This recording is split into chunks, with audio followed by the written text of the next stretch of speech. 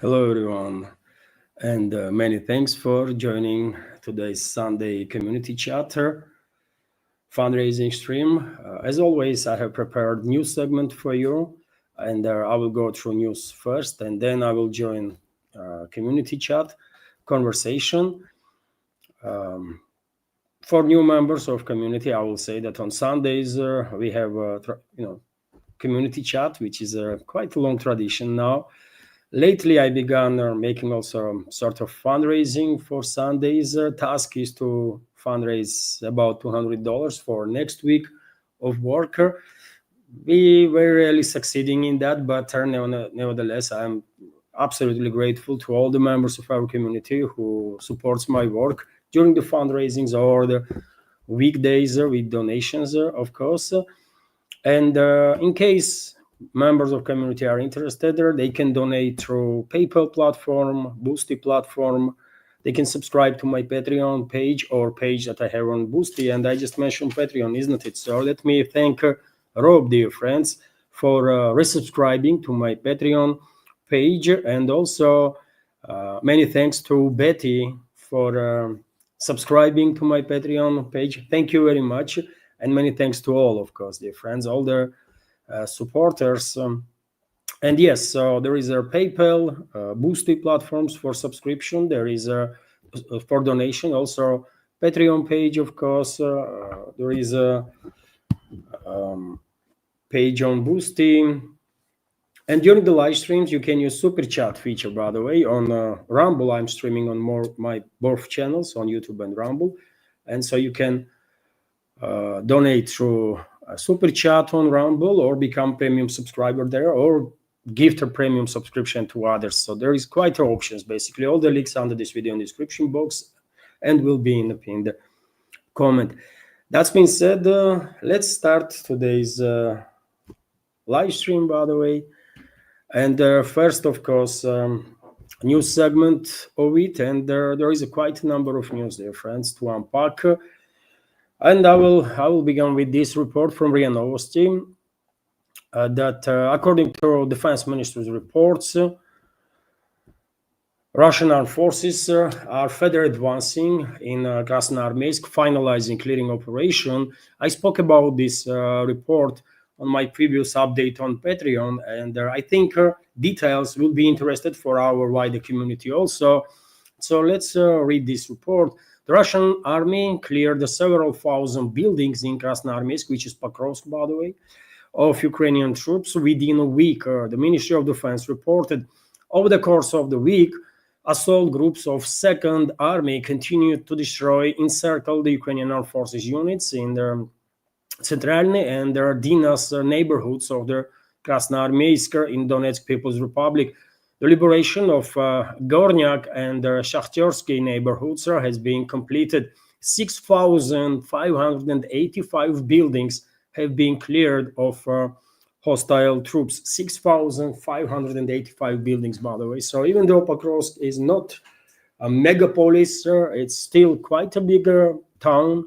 And that's why I was saying that a clearing operation will take quite some time to conduct it safely, obviously, while trying as much as possible to minimize casualties among Russian troops. And already 6,585 buildings have been cleared from hostile troops. I think there is still work to do in Pokrovsk, and therefore we should not expect rapid clearing operation in neighboring Mirnograd city, where, according to some reports, 2,000 to 3,000 troops of Kiev regime forces might be trapped right now as we speak. Of course, the Russian side will take whatever time is necessary to finalize clearing operation in Mirnograd too, which is not really that much of a smaller town than Pokrovsk is.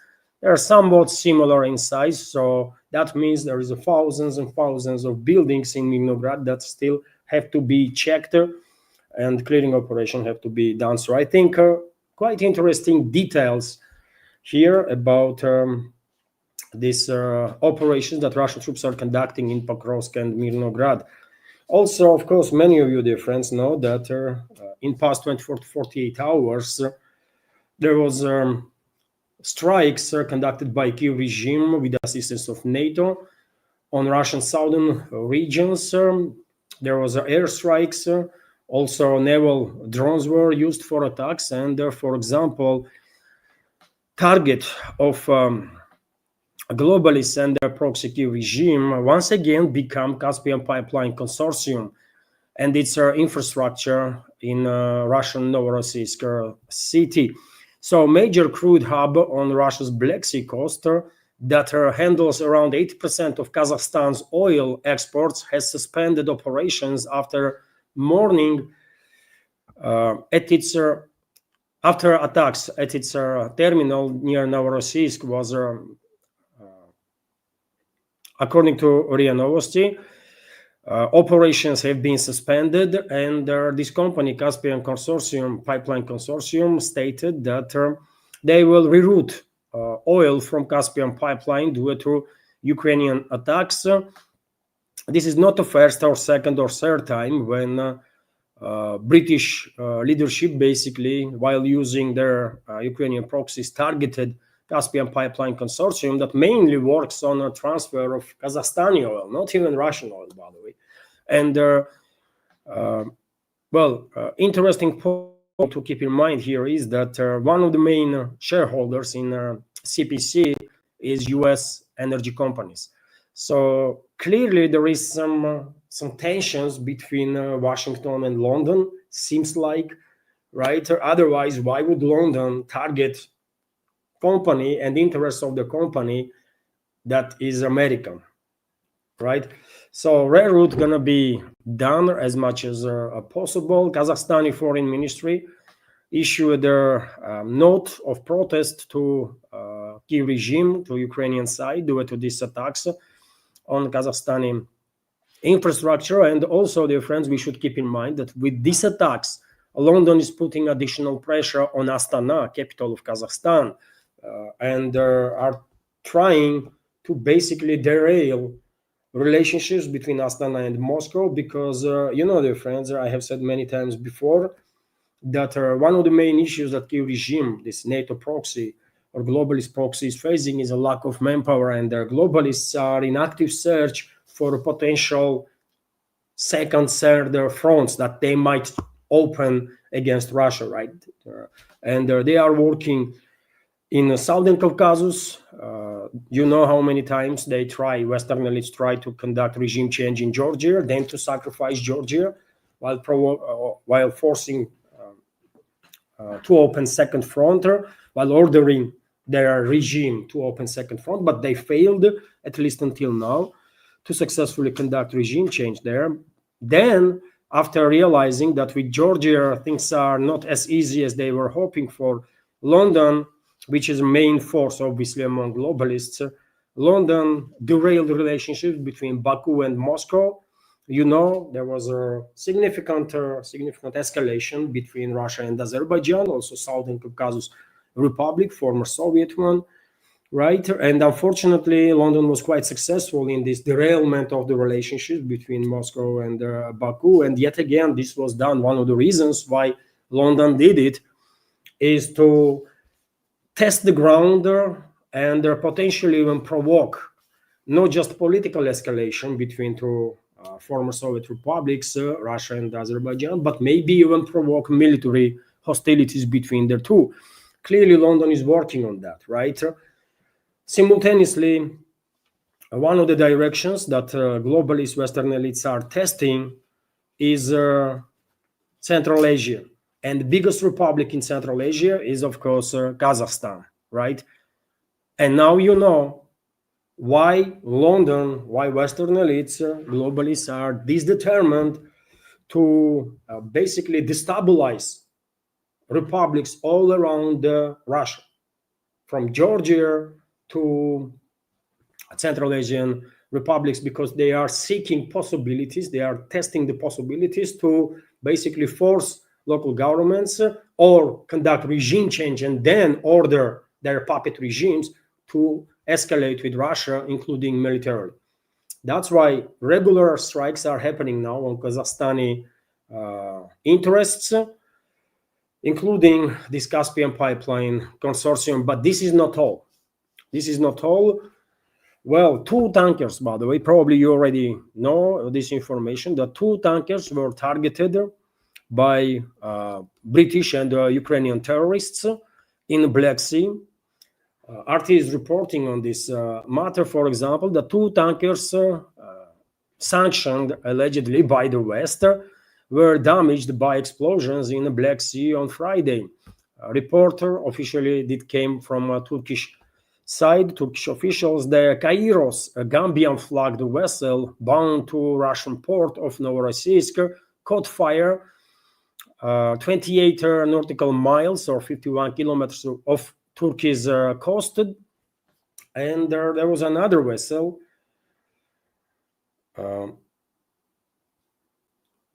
Virat vessel, also tanker by the way, was struck some 65 kilometers away from Turkish coast, or 35 nautical miles away. And well, if initially there was some speculations, maybe these tankers collided with a maritime mine, naval mine that Kyiv regime dropped in hundreds all over the Black Sea, and then as a result of storm, by the way, these mines can pop up just literally anywhere, right? Maybe even in Mediterranean, while crossing Turkish straits, right, and ending up through Adriatic into Mediterranean. But later on, Kyiv regime's so-called media published videos of Ukrainian and UK's British and Ukrainian naval drones, how they are targeting these tankers. I can show you this video right now, dear friends. They are not even hiding the intent, but they don't care.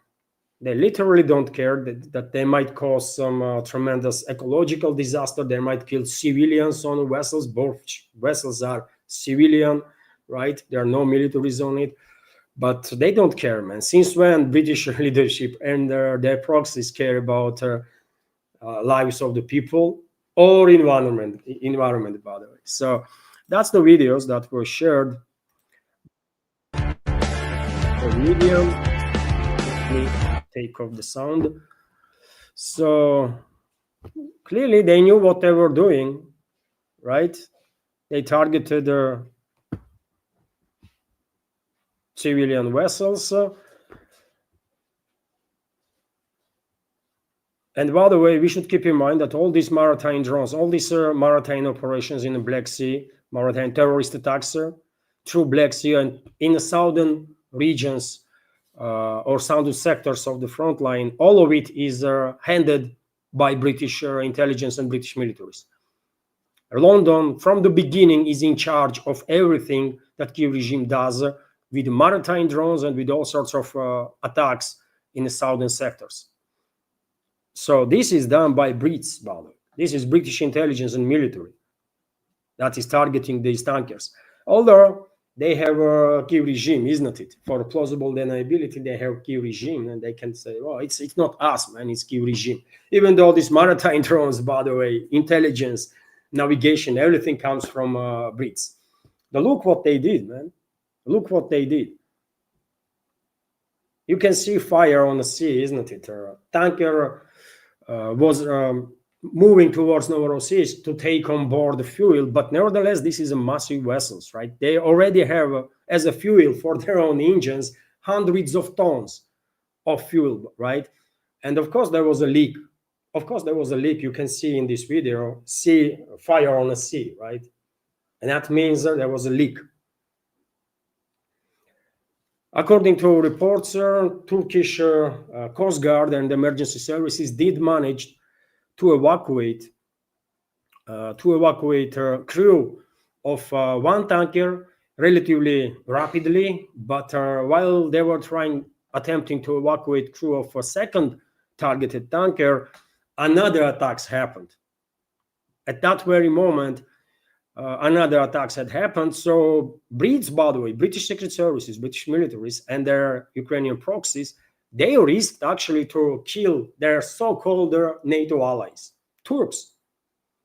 Because you never know, man.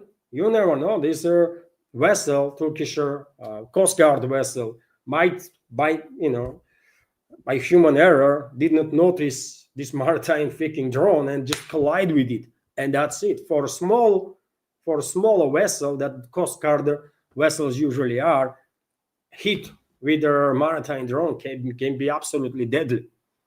But yet again, neither London's proxies care about this stuff. So therefore, evacuation of crew from a second tanker was delayed. It was not possible, according to reports from Turkish media. And later on, emergency vessels of Turkey did manage to put out the fire. Also, crews, by the way, on the vessels were operating professionally. And now the second tanker, both tankers basically are towed now towards the Turkish coast. So that's what London does, by the way. That's what Western elites do with their proxies, right? Endangering not just civilians, but also environment, although they don't care about any of it, right? I think Moscow will have serious talks about what happened in the Black Sea, and maybe some countermeasures will be taken. After all, it will only take one concentrated strike on each port that Kiev regime is operating, either on the Danube, let's say Kilia port or Ismail port or any other, or Odessa port, by the way. It will take only one concentrated strike on each, 300, 400, 500 drones, right? Maybe a couple of dozens of missiles, and there will be no ports left, operational ports left in the Kiev-controlled territory. And maybe in upcoming days, next week, we're going to see change in the Russian strategy. Usually, Russian side targets these portal areas when there is information that some additional weapons and munition was transferred, right, to Kiev regime through either Danube River or through Black Sea. And these are local strikes. Maybe it is necessary to take a little larger, to conduct a little larger scale operation and completely destroy portal infrastructure on Kiev-controlled territory in all cities, on Danube River and also in Odessa and surrounding areas, also in Nikolaev, by the way. Maybe Russian leadership will do that after these attacks on the tankers that was allegedly bound to Russia. We will see, but I think Moscow don't really have much options now to respond on this terrorism on the Black Sea, right? Let's continue with some other news, and next is, of course, this topic of Minsk 3 that US and European ruling class is engaged and are desperate to somehow lure Russia into this trap. They're going to fail most likely, but nevertheless, both Washington and European capitals, US and European countries, are actively engaged still in this deception operation.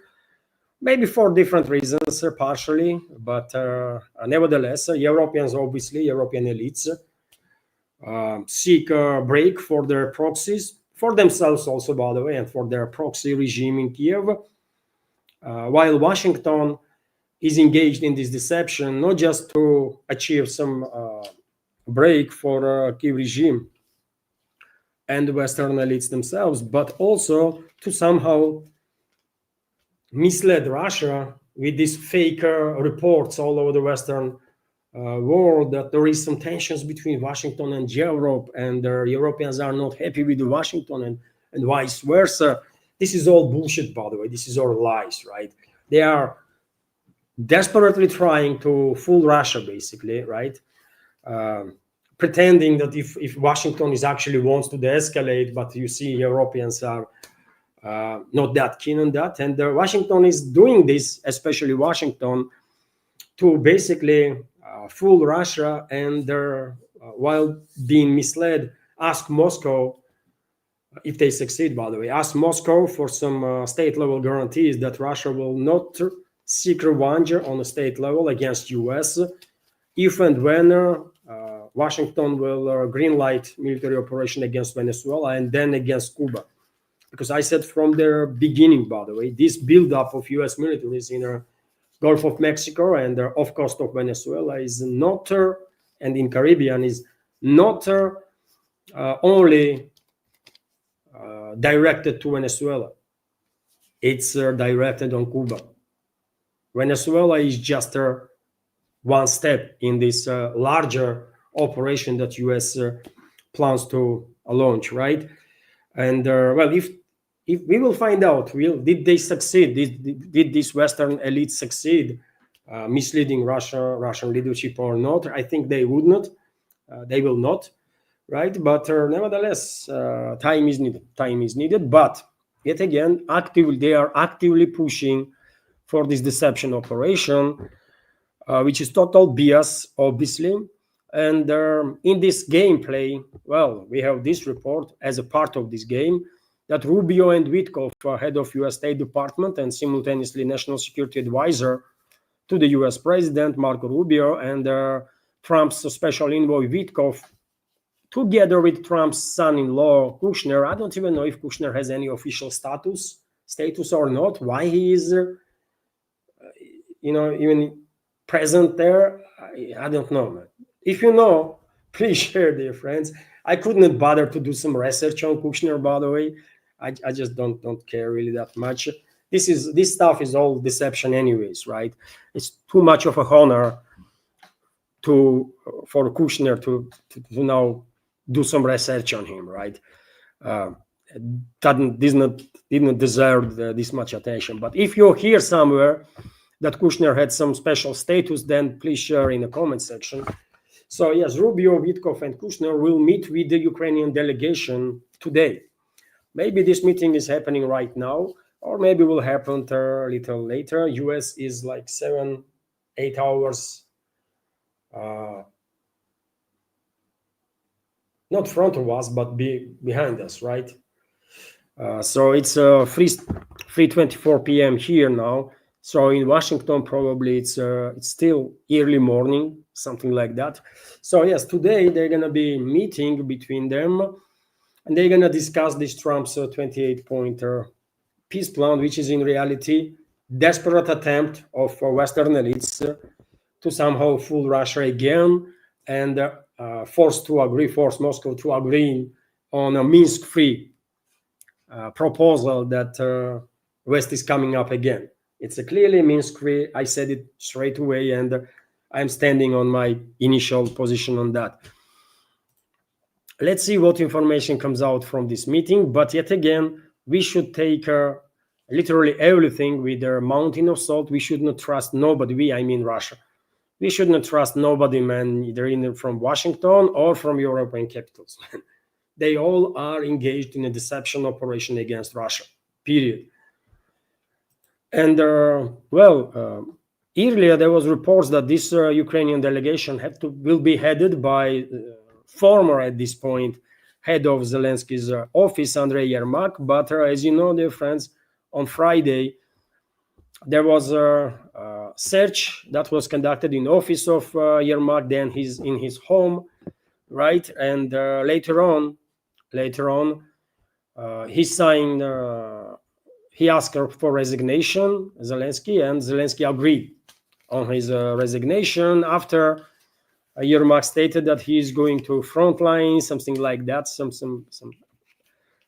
damage control stuff there, but he's not going to end up on the front line. Russian troops would love to see so-called elites of Ukraine on the front line and to teach them a lesson, but they're not going to end up on the front line. And just a few minutes before I launch this live stream, I read on one of the media outlets that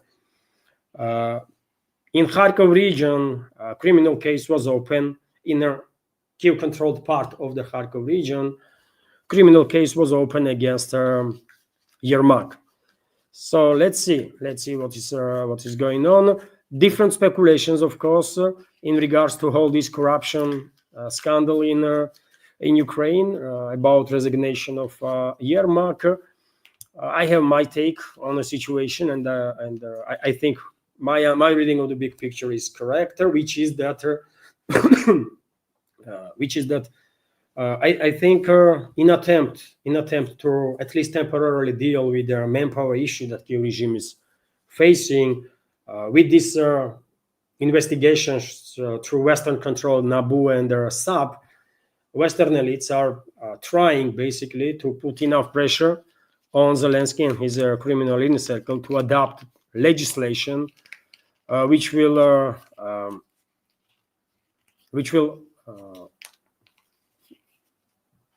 legalize forceful mobilization of youth on a Kyiv-controlled territory from 18 to 25.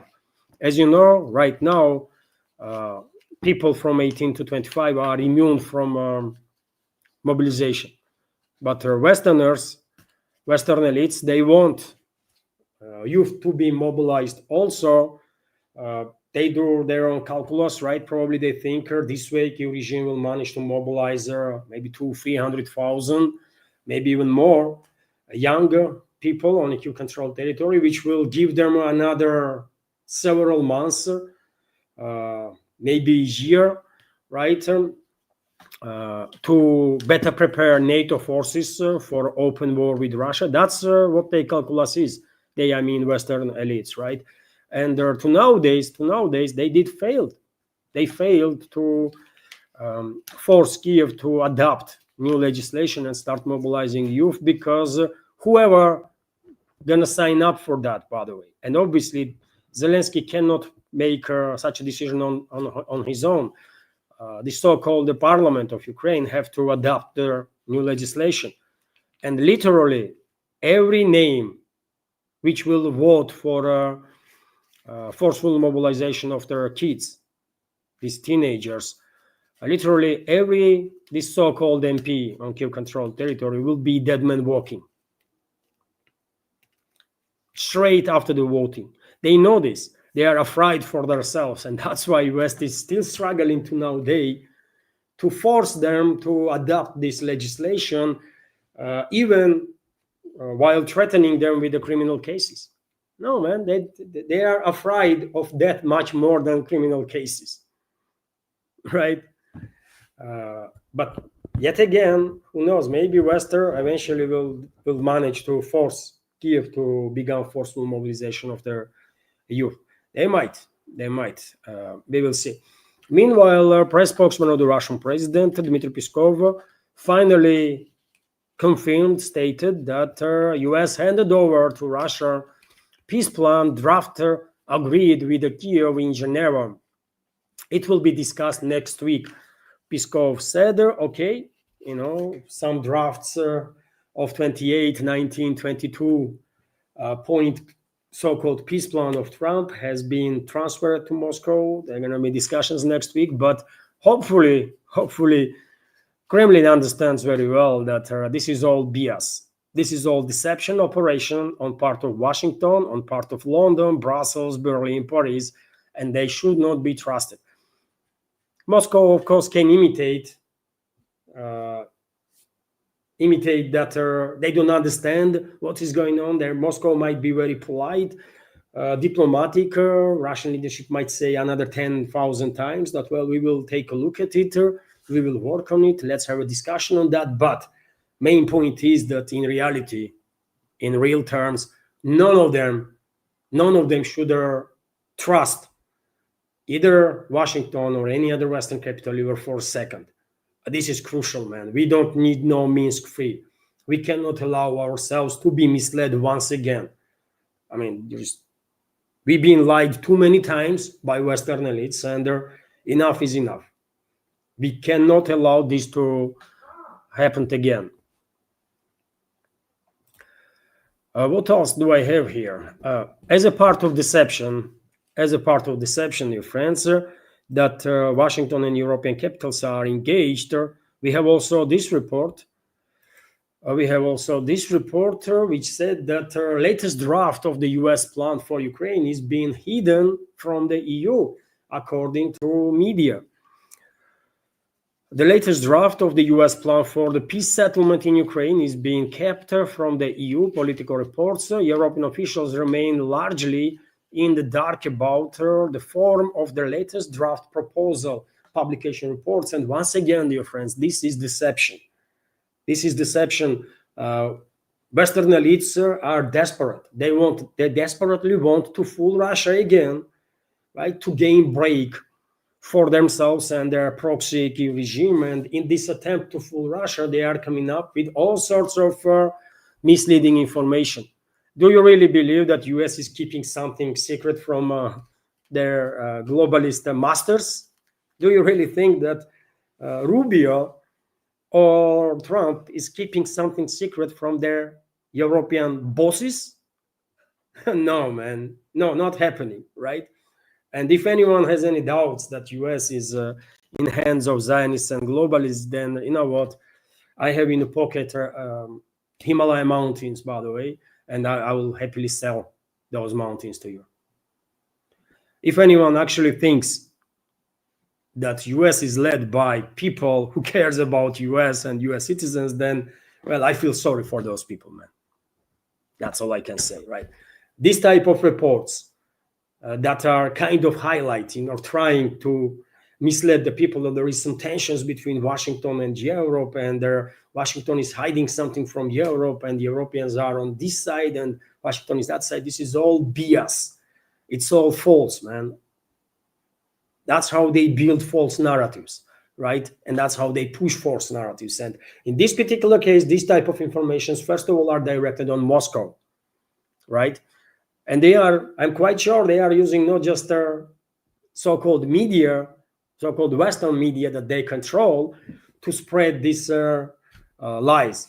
But I'm quite sure they are using backdoor channels of communications too, to somehow, share with the Russian counterparts informations that will create some, that will raise some questions on the Russian side. Is this real? Is this not, right?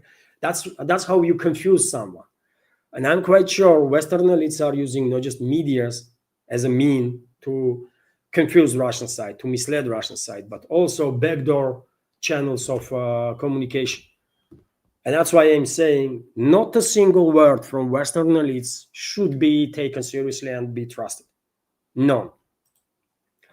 RT is reporting also that EU sabotages Trump's Ukraine peace plan yet again, by the way. Another, you see, it's a wave of tsunami kind of, right? Of these misleading reports in the Western media. Another one from Guardian, British media outlet, that EU is sabotaging Trump's Ukraine peace plan. Really? Trump's initial 28-point plan was basically a wish list for the West, for the Western elites. They did try hard to pretend as if that 28-point plan was a sort of a wish list for Moscow. But if you actually read the plan, no, man, it was a wish list of NATO. It was a wish list of Western elites, right? But unfortunately, they were through influence of their propaganda. They probably quite successfully misled the majority of public in the West, right? And now they are actively pushing this misleading false narrative that there is a war going on between Washington and Europe, right? On topic of this peace plan, which is nonsense, by the way. But nevertheless, let's go through this news. European Union, along with the UK, has deliberately torpedoed the US peace roadmap aimed at the ending the Ukraine conflict in their apparent hope that it will fizzle out. The Guardian has claimed Russia has repeatedly accused the EU of sabotaging efforts to end the bloodshed in Ukraine, which is true, by the way. Sometimes it feels like Russian leadership has one attitude towards European elites and another towards American elites, as if there is difference between them, while there is no difference, right? And we should pay more attention to policies, because policies matter. talk is cheap, but policies, well, clearly demonstrate a stand of this or that country, isn't it? And when it comes to policies, all Washington did, by the way, since the inauguration of Trump, literally everything Washington did in regards to Ukrainian crisis, let's say, is hostile towards Russia. So it is unfortunate. It is unfortunate that Moscow distinguishes this tool, right? There are European elites that are hostile. They don't want peace. They don't want de-escalation. And then there is Washington, right? There is a Trump's administration that allegedly are more proactive to reach peace, which is yet again maybe just a part of the game, that diplomatic game that Moscow is engaged in. Hopefully this is the case. Otherwise, we're going to be fooled again, man. If Moscow actually believes that Washington is for peace, then we're going to be fooled, man. They're going to fool us again. But hopefully no one believes Washington in reality, in the Kremlin. Let's hope so, man. I mean, even Americans don't trust Trump, man. How are we going to trust him or his inner circle? Are we serious here? Washington put forth their peace framework earlier this month, and U.S. officials are continuing to work on it. Allegedly, leaked 28-point roadmap published by several media outlets featured requirements for Ukraine to renounce its NATO membership aspirations, as well as its claims to Russia's Crimea and the Donbas regions of Lugansk and Donetsk. I mean, yes, but there were much more points there. I mean, RT, sometimes I think RT is a Western propaganda, man. Seriously. Sometimes RT's articles feels like they are Western freaking propaganda. They are Western media outlet, anti-Russian media outlet, financed by Russia, man. What RT's additional board tries to say with this part here? Strange, very strange, right? But anyways, man, RT should be close, вообще, shut down this garbage, right? I think that will be better. And the money should be spent on some better stuff. But anyways.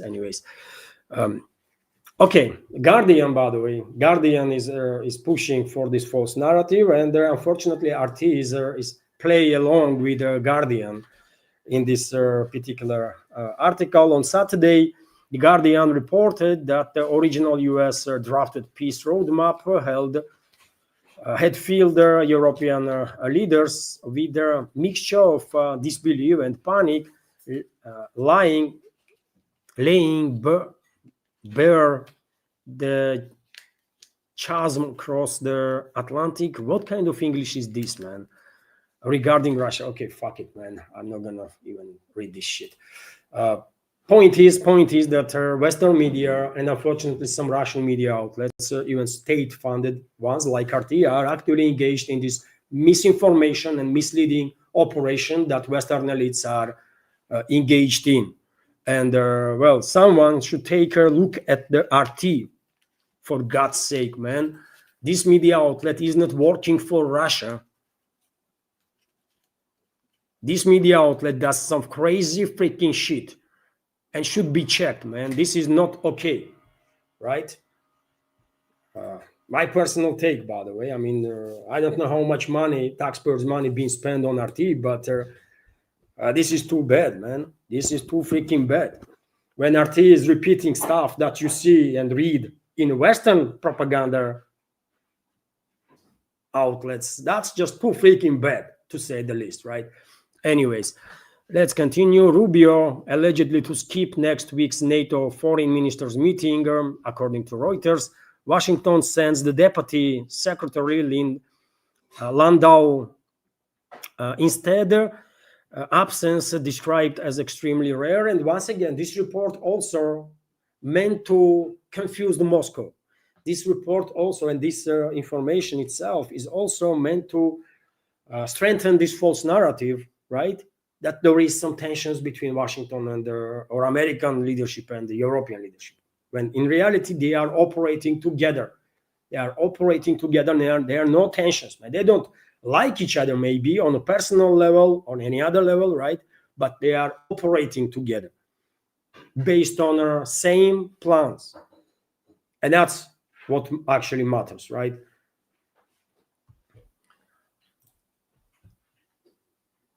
And there are also interesting report here, I think, that according to French foreign minister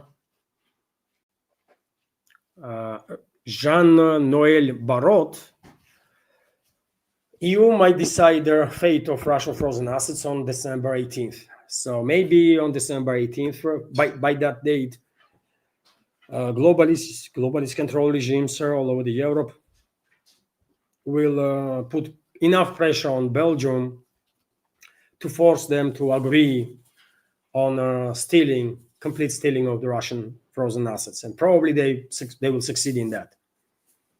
So we have a date now, approximate date, according to French foreign minister, and then this date is 18th of December. Let's see. I said straight away, since these Russian assets were frozen, that Russia will never ever see these assets again. European elites or Western elites going to steal it. I said it then, and I will say it now, because that's exactly what is going to happen. They're going to steal these assets. Meanwhile, we have this report here from Wall Street Journal that Europe allegedly becoming the biggest loser of their new era. US, Russia, and China enhance their economic, technological, and military dominance, while Europe stays behind, according to article. And their Danish Prime Minister Mette Frederiksen on the matter commented that, and this is quote, "I think we are in the most difficult and dangerous situation since the end of the Second World War." And she was talking about overall situation for the Europe. And you know what? Europe is doomed, man. I said this like a million times before, and for a reason. Europe is doomed, right? Washington is too late to the party, man. I was saying for years that Europe is finished, man. Give it to 20, 30 years, and the European part of Eurasian continent will be no any more relevant on a geopolitical scale than, let's see, Chile and Argentina. I mean, Chile and Argentina, they are important still, right? Yeah, but in some ways, right? Not on geopolitical scale. We don't really care what leadership of Chile or Argentina thinks about any geopolitical topic.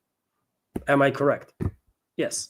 With all due respect to both countries, but we don't really care what Buenos Aires have to say about anything. Let's be real here. That's the destiny of Europe in best case of scenario. And that's a best case of scenario, man. Because things might get much, much worse for Europe, and probably will. And the European countries gonna enter very dark place. Process is already underway, but in 20, 30 years, Europe would not be recognizable. It's barely recognizable already right now, but I mean, give it 20, 30 years, and wow, it's gonna be scary, man. It's like Europe gonna be like post-apocalyptic place. That's the destiny of Europe, due to insanity of European aristocracies, European financial and political elites. It is what, and due to absence of or due to lack of activity from the European public. You know, some might argue that lately Europeans are beginning to wake up here and there, and maybe this is true, but it's just too late. It's just too late, seems to me. Too much damage is done, and I don't think European societies have enough time left now to avoid descendants to that dark place that I just spoke about. Anyways, let's continue with this. Also kind of interesting reporter in The Economist that if fighting ends in Ukraine, the infight will begin inside Europe. Article does have a point here because clearly there is tensions. There was always tensions inside Europe. Europeans never liked each other. Actually, it's all fake stuff, by the way. That there are some European like values and the European principles and stuff like that. It's all propaganda. It's all BS, right? Bullshit. Europeans hate each other, man. Actually, I mean, we have every Europeans, isn't it, among our community? Since when Poles like anybody? For example, since when Poles like anybody, they have warm feelings for whatever reasons towards their English. Yeah, but around them, they hate everybody. Literally everybody, by the way. And they just not just don't like anyone, but they hate everyone. It's a big difference, isn't it, between disliking someone and hating someone. Poles hate everybody, right? You think relationships between, let's say, Hungary and their European countries are good? No, man. Hungarians and Poles never get along, really. Hungarians hate French, right? Many Hungarians and dislike the French, let's say. And you might think, yeah, but why? Where is the Hungary and where is the France? Well, when Hungary had a war with Romania, by the way, French took Romanian side. And not just once, right?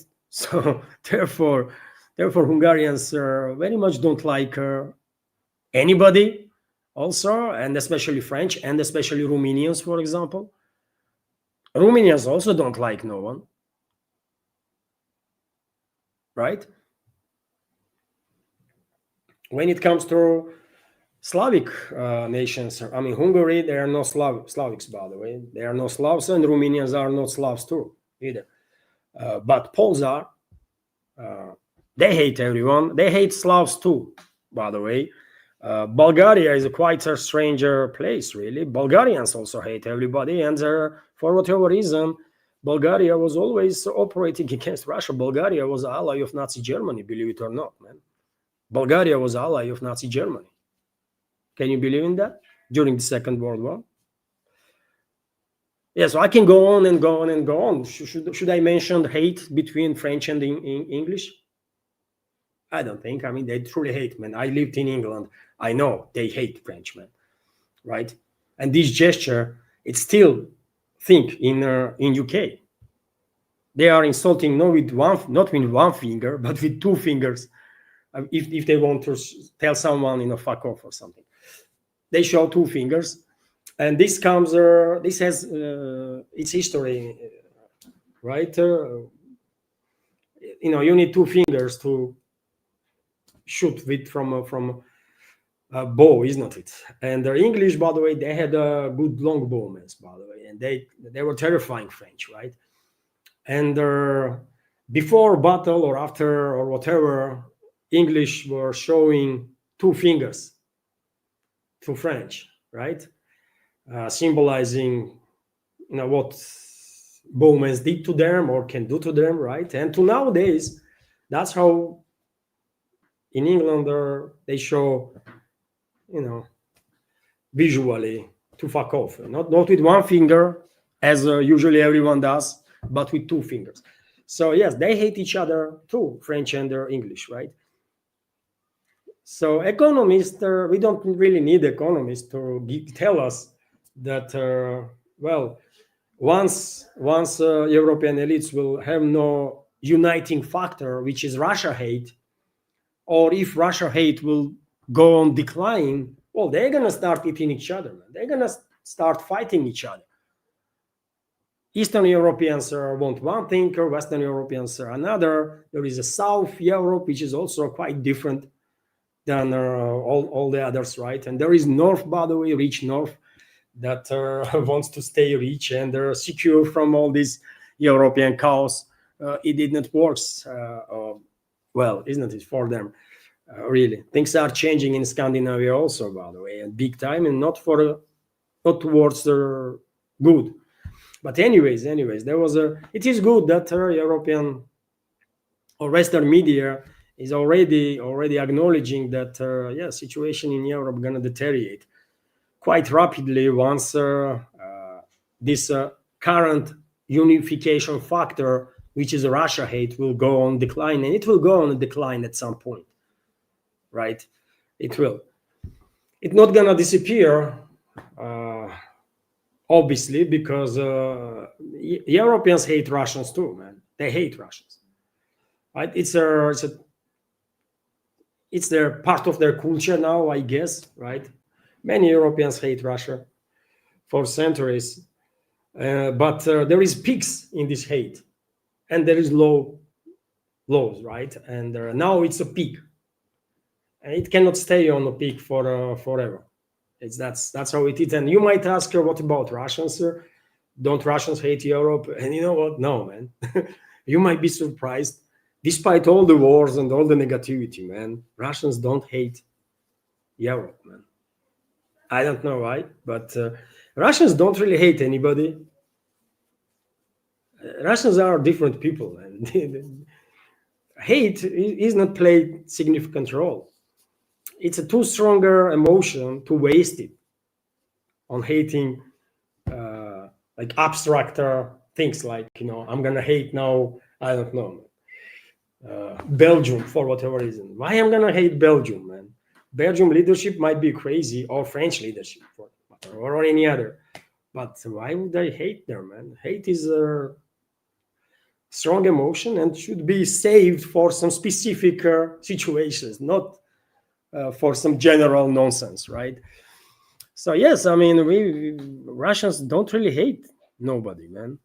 There are some tensions nowadays, unfortunately, due to this work migration and stuff. There are millions of Central Asian work migrants here in Russia, and it creates some tensions. It does create some tensions, but generally speaking, Russia is not a place of hate as Europe is. You know, Russia is not a place for hate, man. I will say so. And I would know, by the way, because I'm not ethnic Russian. As you know, I'm from Caucasus, right? I'm Georgian Ossetian. So if Russia was a place for hate, then I would feel it, right? Because I'm not a part of ethnic majority, and 80% plus here in Russia is ethnic Russians, right? Slavic people. And everyone else combined is only max 20%. So I know what I'm talking about. There are some strange individuals, by the way. Every now and then you're gonna come across someone that will say something about us people from Caucasus, that we are freaking I don't know, black or something like that. We being called black, by the way, that's true. You might laugh about it, but some Nazis, and there are some Nazis here in Russia too, by the way. They are calling people from Southern Caucasus black, but it's a rare occasion. Idiots are everywhere, right? These elements that have some phobias, by the way, are everywhere, but it's just rare occasion. You're not gonna be harassed or experience some negativity every day or every other day just because you are not an ethnic majority. So therefore, Russia is not a place for hate. That's why I'm saying so. Although you're gonna find some crazies, by the way, obviously. Anyways, let's continue, dear friends. Trump warns Venezuela of a ground operation, and he not just warned Venezuela with a ground operation, but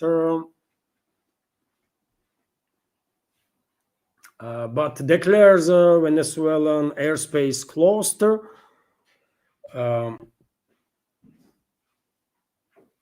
I mean, if you want to find racists, that's the America, by the way. That's where racists. That's where racism is a thing. Is to nowadays, isn't it?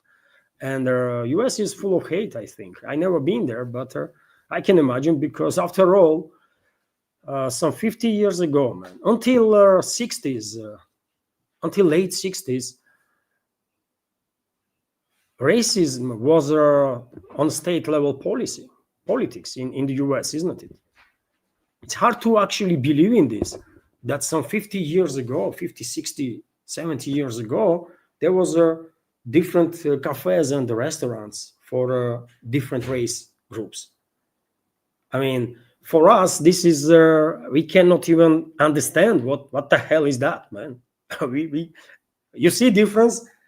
I cannot understand how people were operating that way, man. This is so insulting to everybody, that you are distinguishing people based on like skin color and stuff like that. And this was happening in US on the state level several decades ago, man.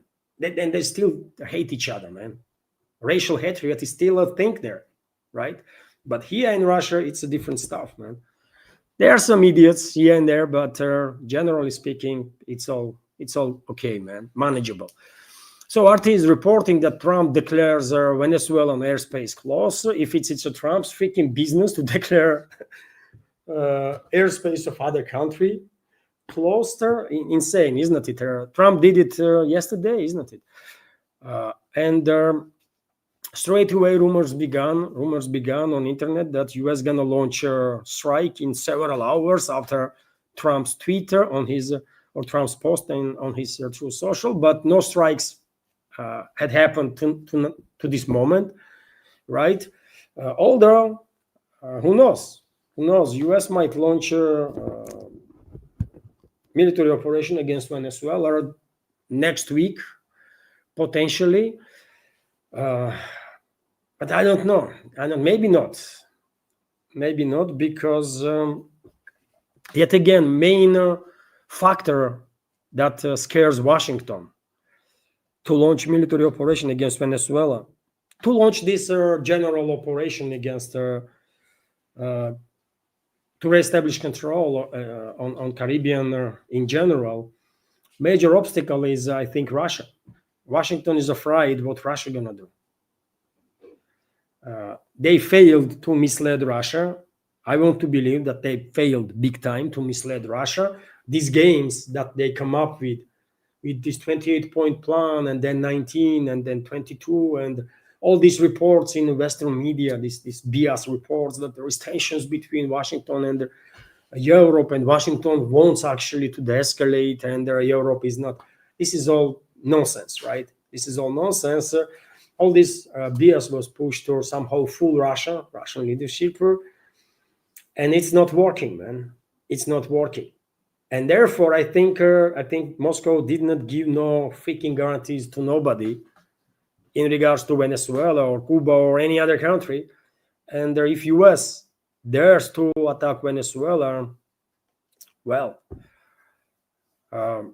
it might be that Venezuela will turn not just its own land to graveyard for US militaries, but also Caribbean Sea and the Gulf of Mexico into graveyard for new US Navy.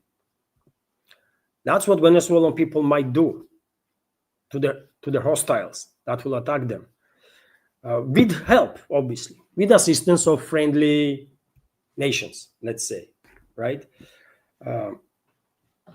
That's what is going on, by the way. And I don't think US will longer this pause continues in Caribbean. I think there is a lesser and lesser risks that US will actually dare to attack.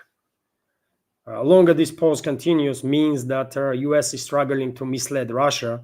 US is struggling to gain any guarantees, and they are afraid about it.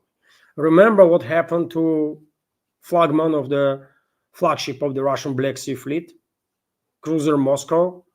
You think that cruiser was hit? How? Eventually, cruiser sank, isn't it? And you think US did not play a role in destroying that cruiser? Oh, US did play a role, by the way, and we lost sailors there, right? So we have a moral duty now to revenge on US, right? We just have to. We just have to do what we have to do, man. and yeah, we will one way or another. But revenge is coming, man. Revenge is coming. No one can mess around Russia and think that there are gonna be no consequences. There are gonna be consequences. Revenge is a cold dish. That is, revenge is a specific dish. One say goes, isn't it? Revenge is a specific dish that is served cold.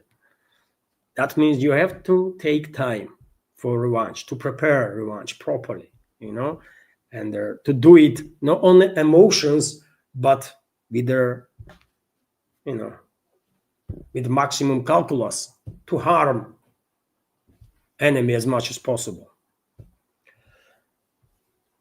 Let's continue with some other news. And well, there was also reports, by the way, that Trump threatened to use force during the phone conversation with Maduro that took place in past 24 to 48 hours. There is no specifics when exactly this phone conversation had happened, but allegedly they had a phone call conversation, and Trump threatened Maduro. Some sources are reporting that Maduro was asking for allegedly Maduro was asking for safety for himself and his family, something like that. Trump was demanding resignation of Maduro. Difficult to say. Obviously, I did not listen to their conversation. I don't know, and I don't trust no Western media reports on the matter, but I can imagine that Trump actually threatened Maduro, and I would not be surprised at all if Maduro, personality that I don't really like, I don't like this guy, man. I think he did a poor job for Venezuelan people. Personal opinion, you might disagree with me.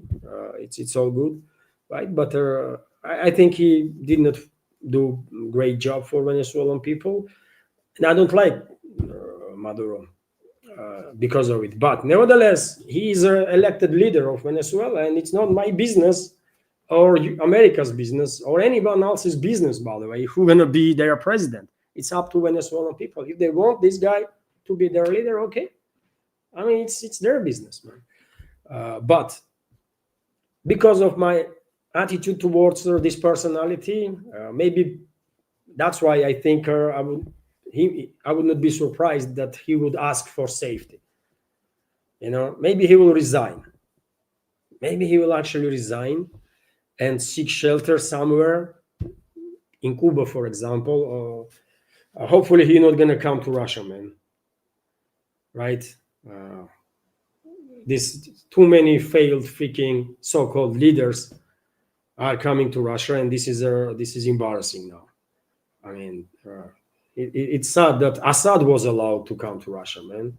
But yet again, Russia had a long-standing history with their father of Bashar Assad, and that's why he was allowed probably to come to Russia. I don't know, but hopefully Maduro not gonna come here. Go to China, man. Go to, I don't know, Cuba. Go somewhere else. Don't come to Russia, man. If you're gonna run, if you're gonna stay and fight, okay.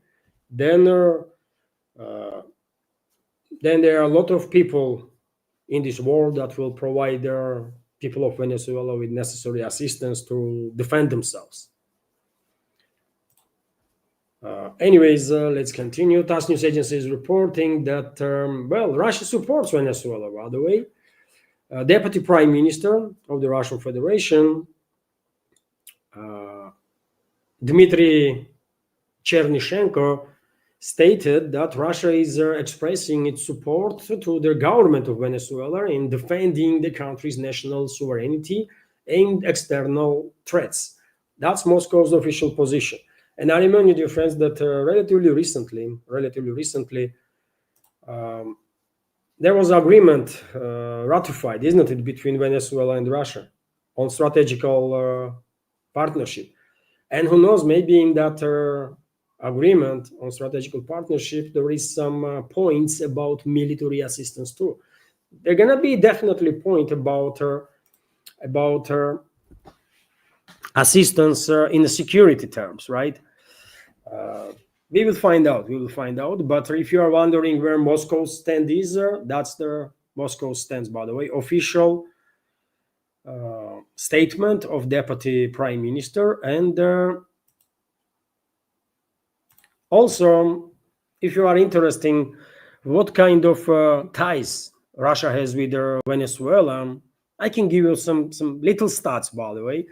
So Venezuelan exports to Russia have tripled by 2025. Deputy Prime Minister Dmitry Chernyshenko reported this year we've managed to triple Russia's imports from Venezuela. Major Russian importers are interested in increasing their purchases of Venezuelan cacao, coffee, and their seafood, he said at the meeting of their country's Intergovernmental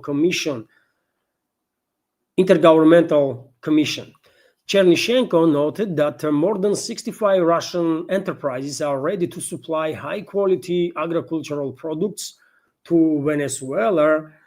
Joint ventures on their oil sector form a solid foundation for a bilateral cooperation. They account for over 11% of Venezuela's total oil production. The deputy prime minister also noted he identified nuclear energy as an important area of cooperation. Russia sees potential for using nuclear technology in Venezuela's agricultural sector, industry, medicine, and education. Trade turnover could grow to 400 million by 2030, which is peanuts, by the way, obviously.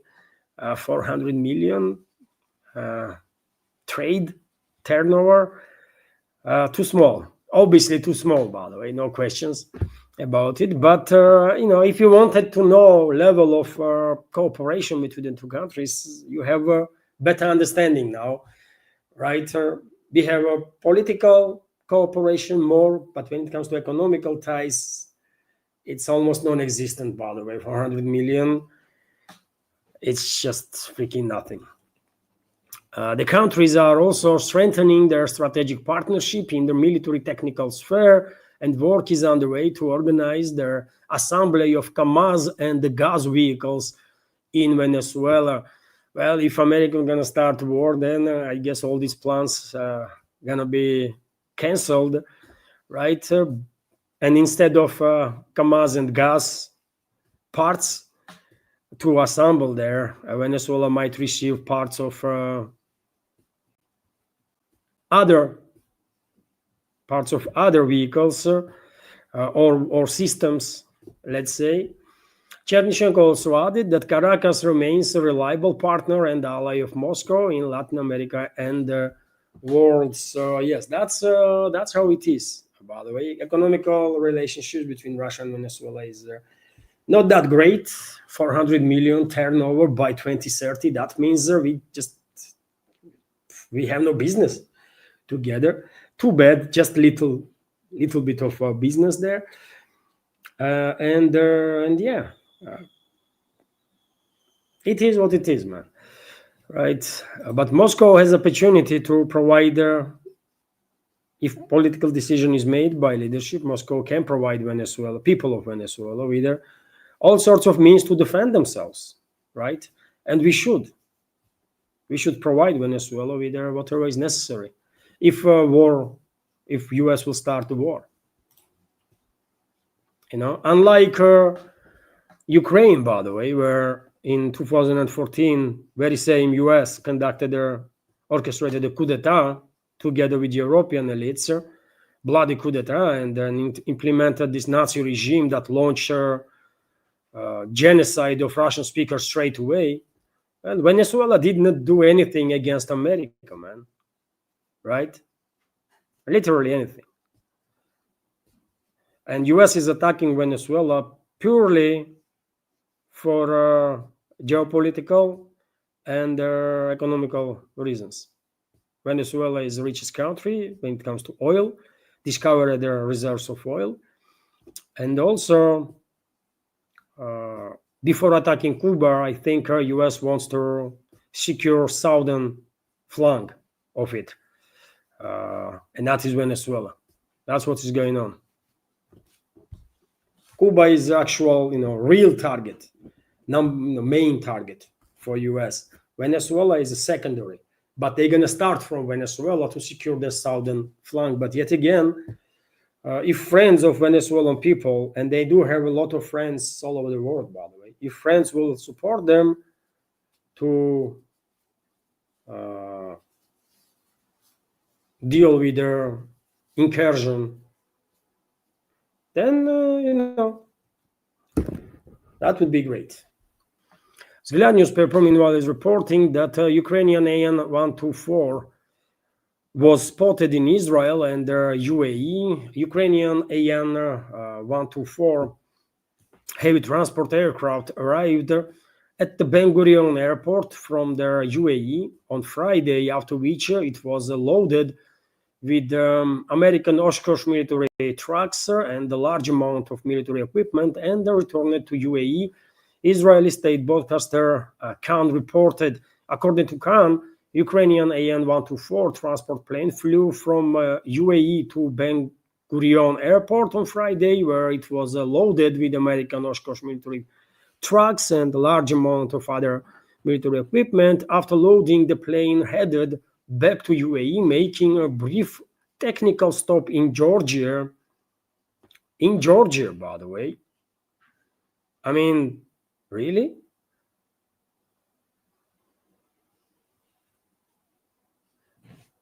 I mean, this is strange. That's why I'm sharing this information with you, dear friends.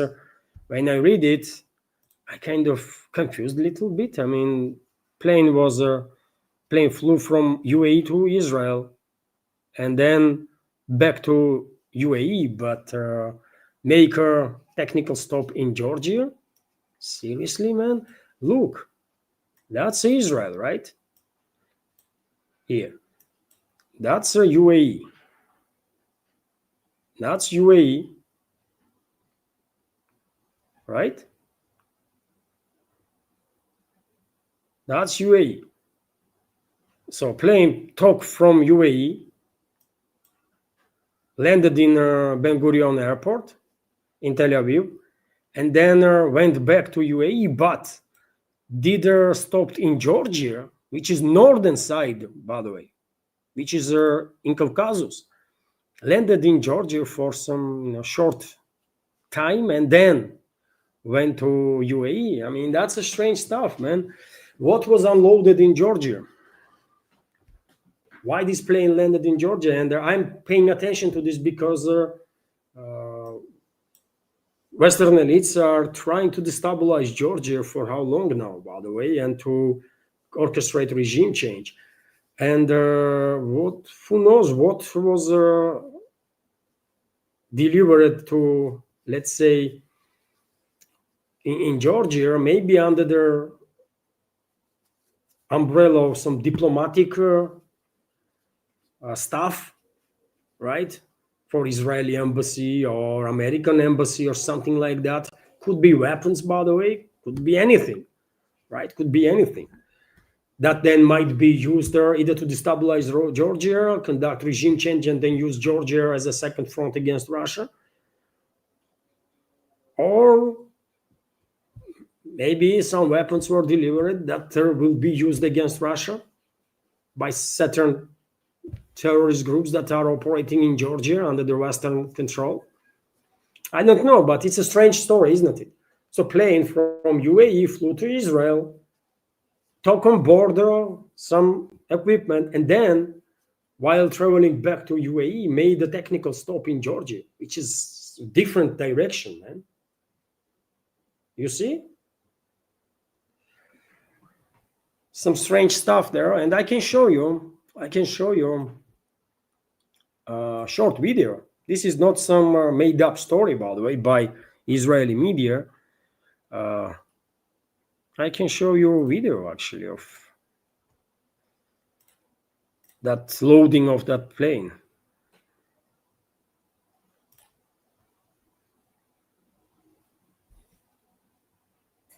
Nuts video, man.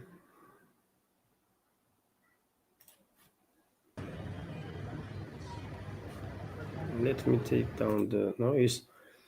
So you see, it's a giant plane. It's a Soviet era builder plane, man. Antonov 124. Mria, isn't it? No, Mria was 224. Mria is 224. This one called Ruslan, isn't it? AN-124 name is Ruslan, if I remember correctly. And Mria was the biggest ever built transport plane, 224, AN-224. It's a Soviet era stuff, by the way. Ukraine did not build shit after Soviet Union collapsed. Just saying.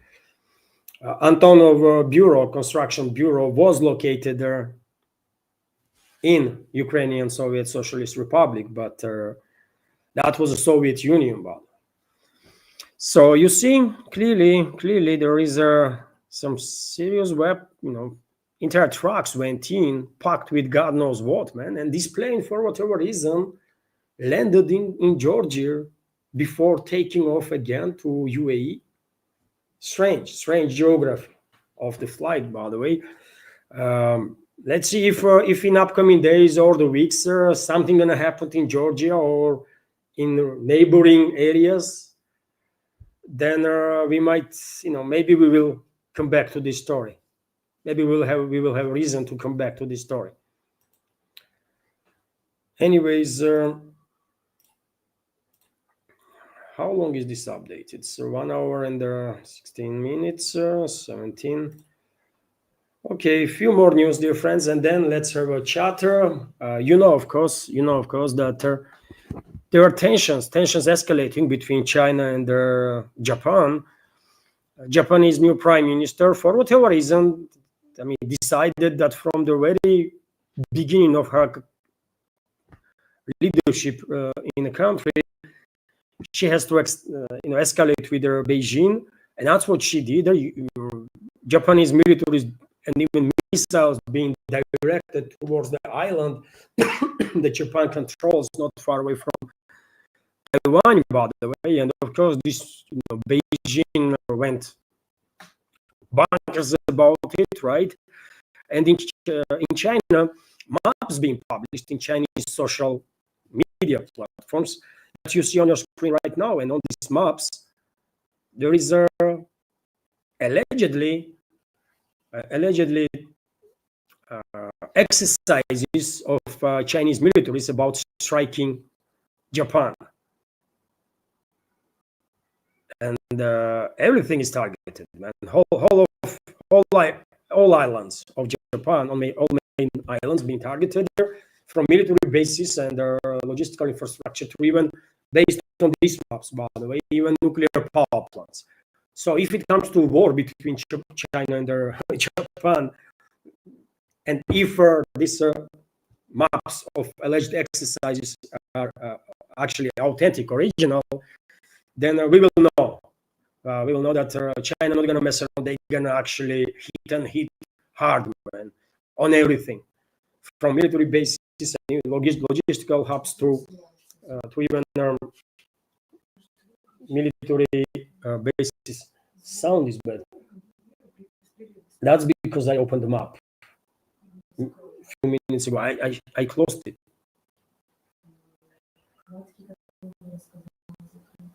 Oh, okay. I can.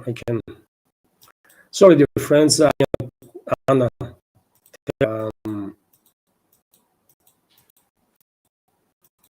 With the sound, and I will close now all the windows of the news that I reported about, and we'll restart the StreamYard itself.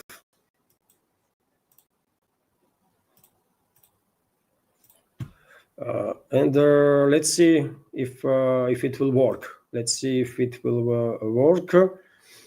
Just a sec, dear friends. I'm gonna restart StreamYard. It's okay now.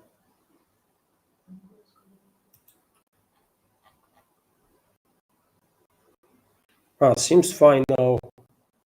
Alexander G is commenting. It's okay now. No, then I will just restart StreamYard.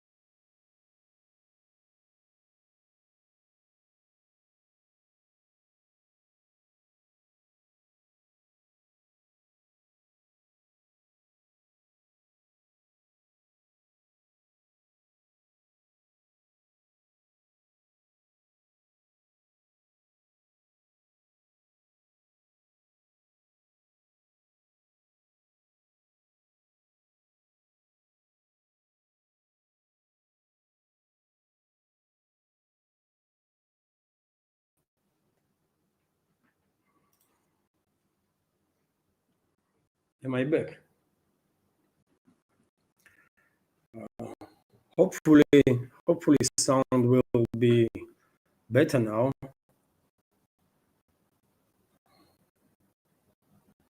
No?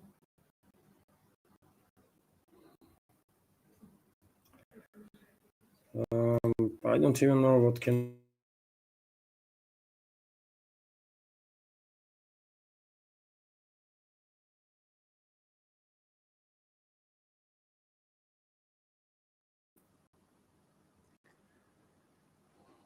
If sound is bad, then I have to end the live stream.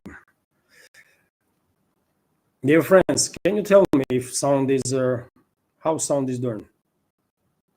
Sound is not better. John is commenting.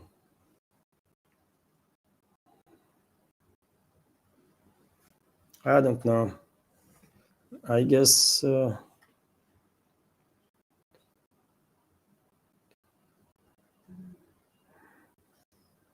it's okay now. Okay, dear friends, you also please write in the comment section if it's okay. I do have a few more news for you from news segment itself, important ones. So I will mention these reports, and then if quality of sound is not improving, maybe it's definitely better.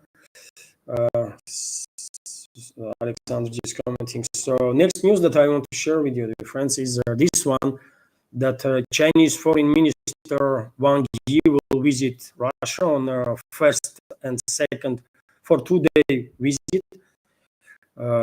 For first and second important, obviously. Russia and China already have reached unprecedented level of cooperation in all fields, and I think during this visit, well, some steps will be discussed between high-ranking officials of two countries and the delegations also, to further enhance these relationships, maybe to fast-track certain projects that need some additional attention from their leadership of the countries. Well, might be the case. Of course, I will report about the outcome of this visit. Also, dear friends, we now have an approximate date of visit. Visit will take place on 4th and 5th December. It's going to be 2-day official visit, and I expect that during that trip to India, during that official visit, many agreements going to be signed up between the two countries, including hopefully agreement to build under the license in India Russian Su-57 fifth gen fighter jets.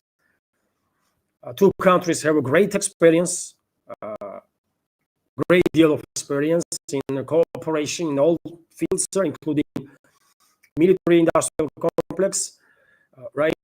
And for example, main airframe in India's Air Force right now is Su-30, and most of these Su-30s, India has like 200 to 300. Well, it might be the case that India has more Su-30s than Russia, and most of those planes were built in India under the license, right? Under the Russian license, and there is a great deal of expertise on Indian side. Of course, Russia can transfer whatever additional technology is necessary, will train Indian specialists to work on fifth gen fighter jet also. And of course, transfer of production of Su-57 in India will further enhance Indian aerospace industry to fast track basically development of completely domestic fifth gen fighter jet that India announced relatively recently. So that's the topic that I am focused on, and hopefully my expectations will prove correct, and their agreement will be signed during this visit of Russian president in India from 4th to 5th December. That yes, Russia and India will begin combined production of the Su-57s. And also, I expect agreement to be formalized on a combined construction of passenger planes. First gonna be Superjet, and then who knows, maybe MS-21 also, and some other passenger planes that Russia is currently developing. And when it comes to passenger aviation, by the way, I don't know if you have heard about this news or not, but it's important, I think, because, Airbus, European major when it comes to, and world major basically, when it comes to passenger planes, Airbus orders immediate repairs for 6,000 A320 jets after flight control software defect, according to Reuters. The recall hits over half of all A320s worldwide just before peak holiday travel rush. More than 3,000 were airborne when their directive dropped. Major delays now looming, and this is a big deal, obviously, because yet again we are talking about thousands upon thousands of these passenger planes. A320, most popular serial production plane of Airbus, or one of the most popular, that needs now some work to be done on its software. And this is important because all these planes, if software goes off, then what you're gonna do, right? It's all digitized and stuff, and if something goes off, then plane is in trouble, isn't it? So some big deal. We get used to receive this kind of news about Boeing, which is trash, obviously, right? And Boeing will never recover. I think there is not even a slight chance that Boeing will ever recover, and I will never ever travel on a Boeing plane, right? If I'm buying tickets for a plane, I'll make sure it's not a freaking Boeing, man, right? They cannot be trusted. But now we are receiving these disturbing reports about Airbus too, which is quite stuff, isn't it? Buy Russian planes, man. Whole world should buy Russian planes. Fuck Boeing and fuck Eurobus or whatever, Airbus. Garbage. TASS news agency is reporting, and I will end the news segment on this report that there are record rates of gas withdrawal from underground storage facilities in Europe. Information is coming from Gazprom. They know what they're talking about. So Europe is withdrawing gas from its underground storage facilities at the record pace for November, reducing their capacity to potentially posing risks to energy supplies into event of a cold winter, according to statement from Gazprom. Europe continues to withdraw gas from underground. Sound is good. Okay. Europe continues to withdraw gas from underground storage facilities at a record pace, according to Gas Infrastructure Europe. November 24th, 25th, and 26th saw their highest daily gas withdrawals from European underground gas storage facilities ever recorded, by the way. That's quite something, I think. Thus, the record withdrawals, which began on November 19th, continued with their break only over the weekend, when consumption in Europe is traditionally at its lowest of the week. The statement said Gazprom noted that the volume of active gas in Europe storage facilities as of November 26 amounted to 78.1 billion cubic meters, 10.6 billion cubic meters below last year's levels. And last year, by the way, was not really that cold winter, isn't it? This difference is comparable to the total storage capacity of France, which ranks among the top 5 European countries by this indicator. Technologically, reducing storage reserves reduces their productivity. Given that their colder months are still ahead, this could create additional risks for energy supplies to consumers. The Russian holding stated, and yes, I think this is something really important. Obviously, winter is just starting tomorrow, right? Today is last day of autumn, isn't it? 2025. Yes, it is.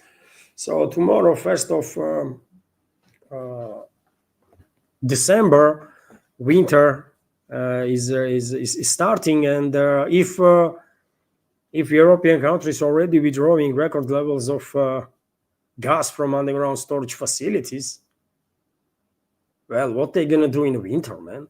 And if winter this time around gonna be really cold, unlike previous winter, for example, then I think Europe is in trouble. I think Europe, in that case, is going to be in a big trouble. I don't know.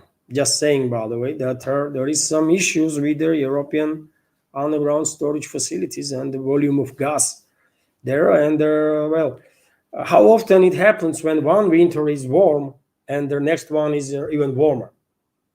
Usually, it does not work that way, isn't it? So if past winter was relatively warm, and it was the case here too, by the way, in Moscow, for example, there was very little snow and not really that cold.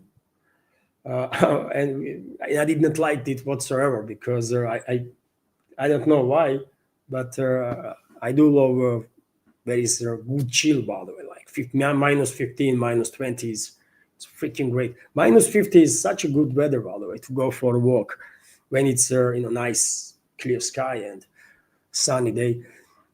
So and when there is snow everywhere, it's wonderful. It's wonderful. So unfortunately, last year there was no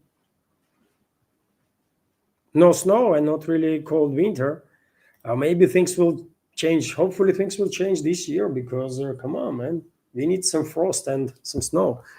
So yes, something that Europeans should keep in mind that there might be some issues with the gas supplies, with the energy security if winter goes really colder. And that's about it for a new segment, dear friends. Hopefully you did like it. Hopefully it was informative enough. Now, if I may, I will check. Let's check together, by the way. Let's check together some agencies, some news agencies. For example, let's see what RIA Novosti is reporting right now. Russian troops entered Grishina near the Krasnoarmeysk.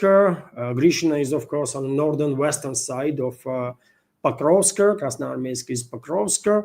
I've reported about progress of the Russian armed forces in Grishina already in my previous updates.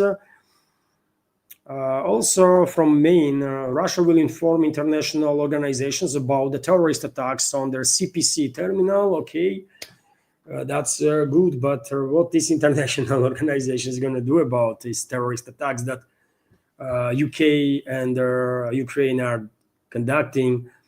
Nothing. Kaja Kallas acknowledged Belgium's concerns about the use of Russian assets. Okay. Another headline, 2 civilians were killed in a drone strike in the Belgorod region. Well, tragedy in the Belgorod region. More civilians have been targeted by Western-backed terrorist regime of Zelensky. Netanyahu, Prime Minister of Israel, asked the Israeli president to pardon him on the corruption charges. Well, insanity. I mean, Israel is I don't know, man. Death toll from the Hong Kong fire has risen to 146. You know, dear friends, there was a tragic story in Hong Kong also, where these several high-rise apartment buildings caught fire during some reconstruction works, I believe, and unfortunately, death toll rise to 146. Tragedy, of course. And TASS News Agency, let's check TASS News Agency, what they are reporting about in the first page. Peskov confirms that Putin will receive Vitkov before leaving for India. So that means in next 3 days. That means meeting between Russian president and Vitkov will take place in next 3 days, potentially. Kirill Dmitriev received an award from the U.S. Chamber of the Commerce for his assistance in negotiations. Interesting. Kirill Dmitriev is, of course, aide of a special envoy of Russian Federation, special envoy of Russian president. Zakharova condemned the Kyiv's terrorist attack on the Black Sea and on the Caspian Pipeline Consortium. Lavrov, foreign minister of Russian Federation, has excluded itself from negotiations on Ukraine. What?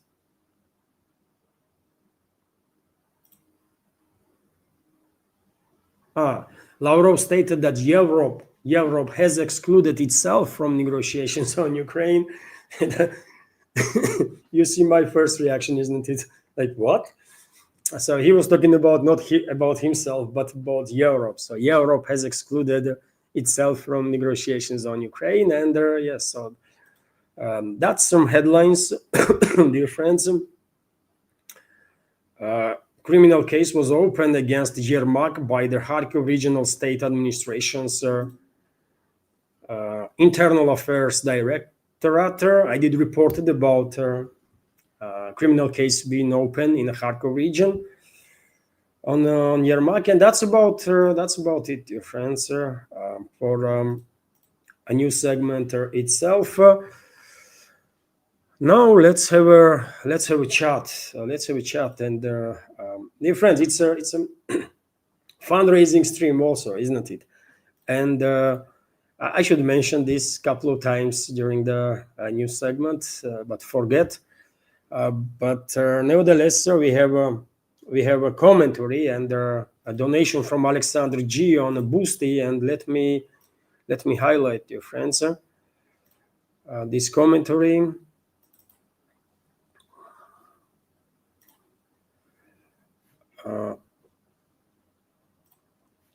So thank you very much, Alexander, for your donation on the Boosty. It's 748 rubles, which is $10 donation. Thank you very much for your support. And comment from Alexander is, seems closing tabs helped. It takes a while, a few minutes for memory to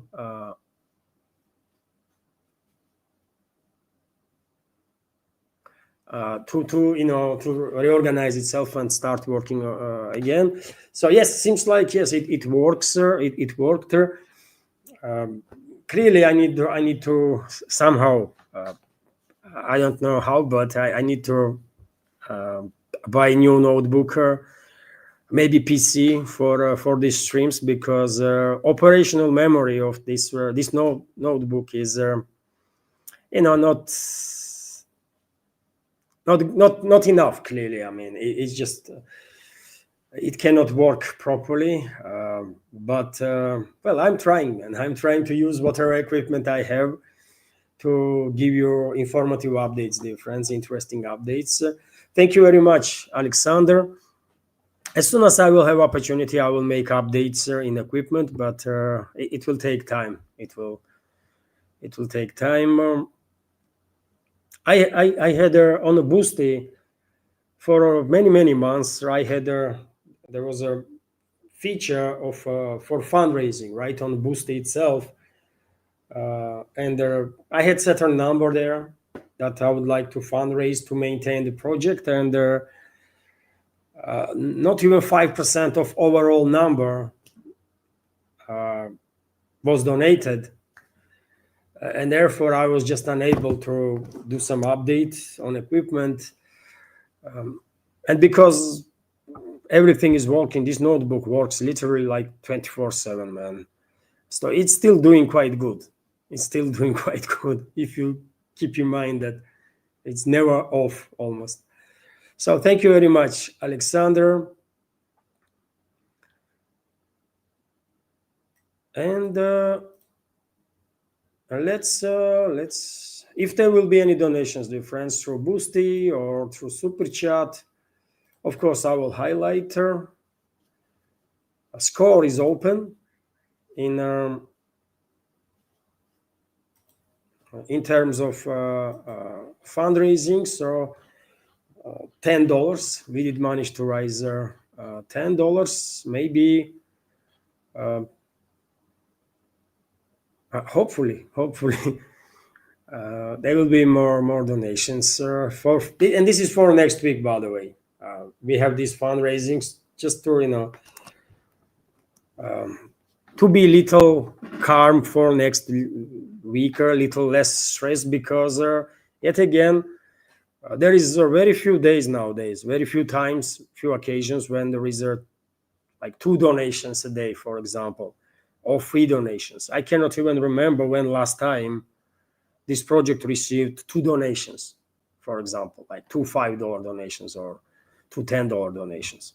I honestly cannot remember when this happened last time. More often than not, on weekdays, there is no donations whatsoever. And mainly, nowadays, we have these fundraising streams on which, on average, we are managing to raise like $50, $60, $70. And there is Boosty and the Patreon, right? Subscriptions. That's what keeps this project running, man. So, okay, let's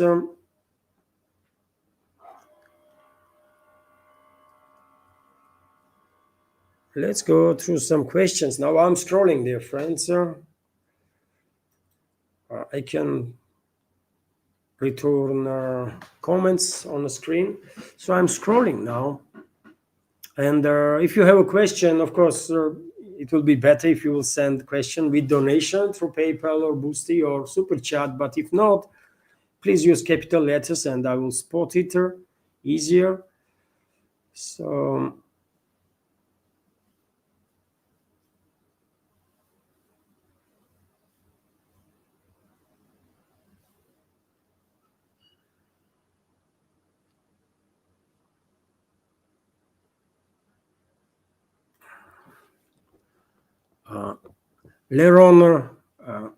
Leronimos is commenting, hello, Levan, coming as a Black American, not living in the US now, I can agree with your assessment about the hateful Americans and Europeans are to US and even to each other. It's a part of their DNA. It's a part of cultural, some DNA, I guess, not DNA, but culture. It's a part of culture. This comes with the traditions. I mean, it's a traditional stuff in the West to hate Russia, for example. I mean, it's just what it is, right?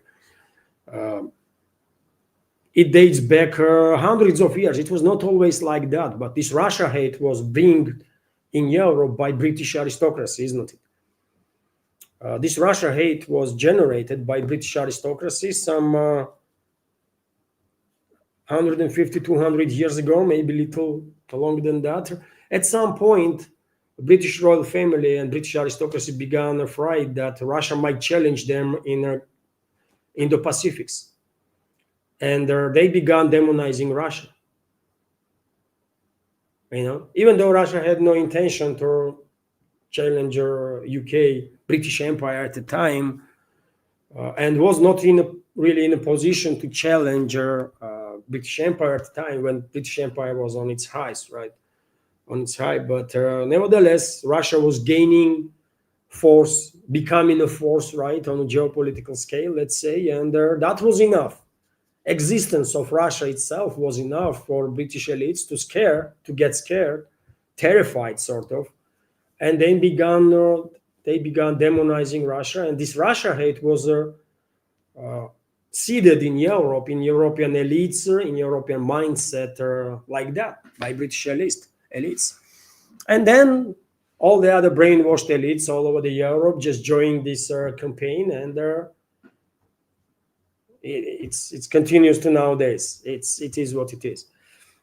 US is, and they eventually brainwashed US societies too. Although, by the way, if Americans that know history, citizens of US that know history about their own country, those Americans should not be Russia haters, because Russia helped US, man, during the war for independence. And Russia helped northern forces to unite country during the Civil War. So how patriotic American can be Russia hater when Russia was consistently supporting US in most trouble sometimes, I don't know. But yet again, man, propaganda is a powerful force, isn't it, in hands of these Western elites, and they are brainwashing people left and right, man. You know. Thank you very much for sharing opinion. Let's continue.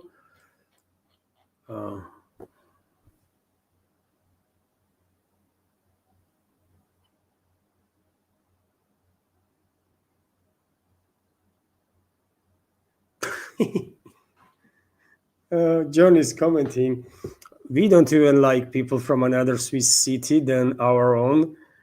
And this is John being ironic, of course. But when I was talking about dislike in Europe, it's a thing, by the way. I mean, it's just historically accurate, right? Factually accurate. People in Europe don't like each other. And all these talks about European values and how united Europe is and all this BS, man, it's just that, BS, right?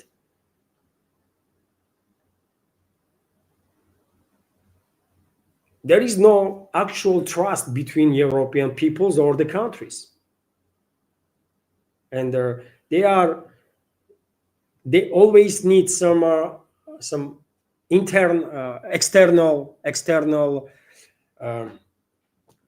external threat to kind of reunite each other, right, with each other. And unfortunately, they're quite often using Russia as a sort of external threat, while in reality, Russia is posing no threat for Europe.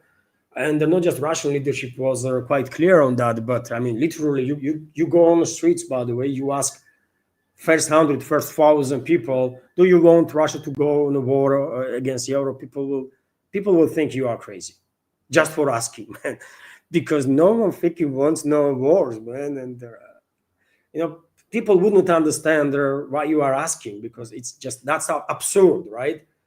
But in Europe, if you conduct a study, probably if you ask first 100 people or first 1,000 that you see on the streets, vast majority probably will say that yes, Russians have plans to attack us. Why? And if you ask follow-up question, why? Why would they attack?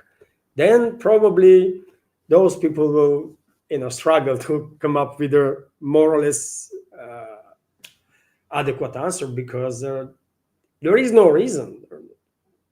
It's nonsense, right? Russia has no plans to attack nobody, but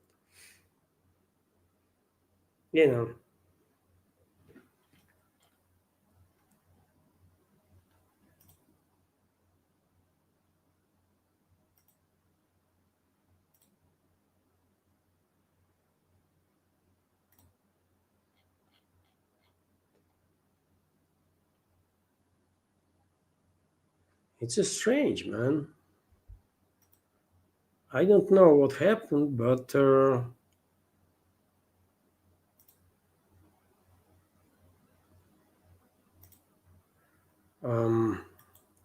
I think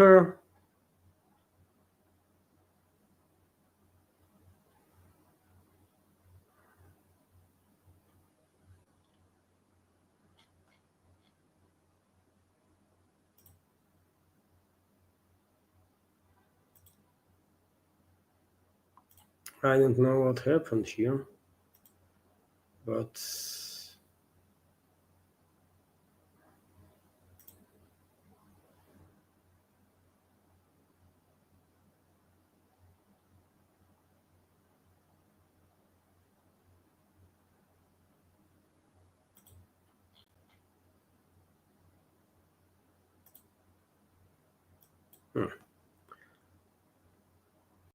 I think StreamYard is not showing me all comments, by the way. This is the first time.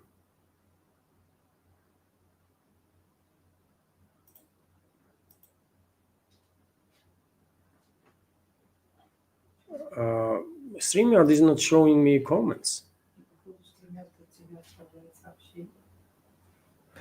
Yeah, that was me. I did it because I'm searching for comments, because I did notice that there was a comments from Nikos in the beginning, right? There was other comments. I spotted it before I launched the stream. And where are those comments? No, I cannot see them. Sorry, dear friends, sir. I'm trying to understand what, sir. I don't see no YouTube comments. I cannot see no YouTube comments whatsoever.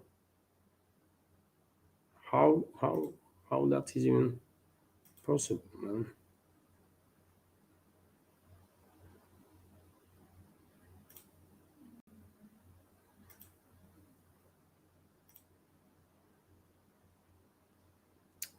Something happened, man.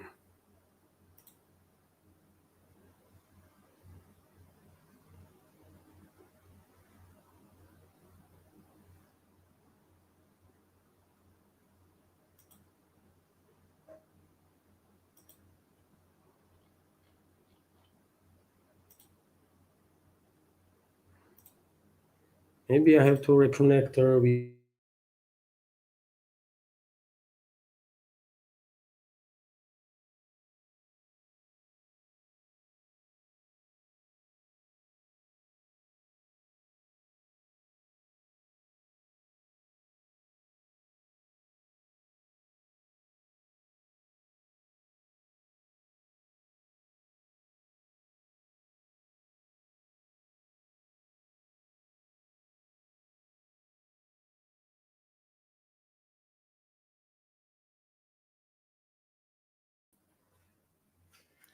Oh, I see now.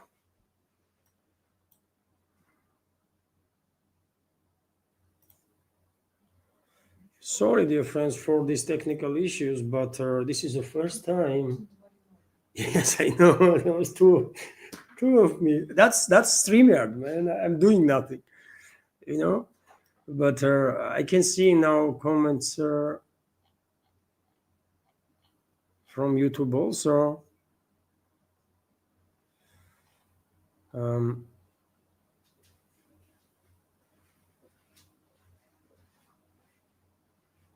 Sorry, dear friends, for these technical issues. I see comment from Nidish Kumar. Levan, I think Su-57 deal might not happen in December. Sources are saying Russia is pushing for 120, 140 planes. We are not going to buy that many. We are already going for 114 Rafale. Not a possible budget. Oh, really? I knew that Russia was pushing for certain number of Russian-made Su-57s to be brought by India first, and then combined production. But I did not knew numbers were this high, 120, 140. Well, that's quite low, and it's gonna be yes, heavy load on the budget, obviously, especially if India are gonna spend their like billions on 114 Rafales. Why are you buying this many Rafales, man? It's a good plane, but I mean, I can understand if you buy some for aircraft carrier because you need to replace all the MiG-29s. But for air domination, Rafale, I don't know. It's export variation, isn't it? Rafale in full configuration, in the best configuration, is just like okay plane. In the downgraded configuration that India gonna get, it's definitely not gonna be like something extraordinary. So why you are spending so much money on this, man? I don't know. But yes, at the same time, I can understand that purchase of 120 to 140 Su-57s is also gonna be hard on the budget. Maybe sites will negotiate and come down to some smaller numbers, and then India will just buy more of those planes from this combined production in India. Will make sense. Let's see. But India, in any case, India needs fifth gen planes. India needs fifth gen planes, and I don't know, Nidish, if you pay attention. A few days ago, I reported about statements of Chemizov, isn't it, the head of Rostec, who said that Su-57 is successfully conducting operations in zone of special military operation in areas of operation of their Western air defense systems. And well, we never hear no reports about Su-57s even being detected, isn't it? Kiev regime is never reported nothing, almost nothing about Su-57s. It's all rumors, right? So maybe despite the initial criticism of the stealth capabilities of Su-57s, maybe these planes actually are quite stealthy ones, and radar systems of Iris-T and the Patriot are struggling to see it. Maybe, you know. Also,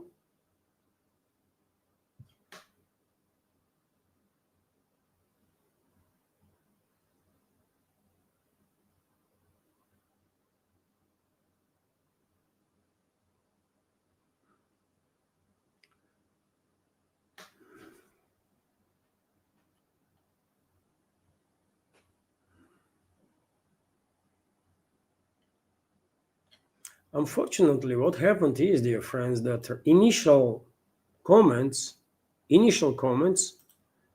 from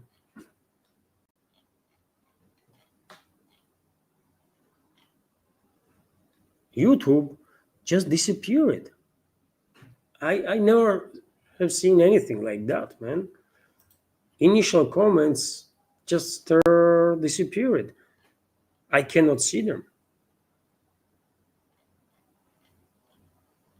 which is, I don't know, maybe because there was technical issues, is not it?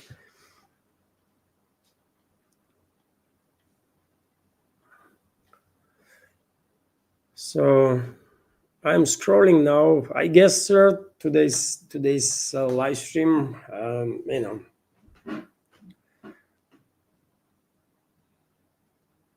not gonna be as successful as a previous one, as a fundraising stream, but nevertheless, you know.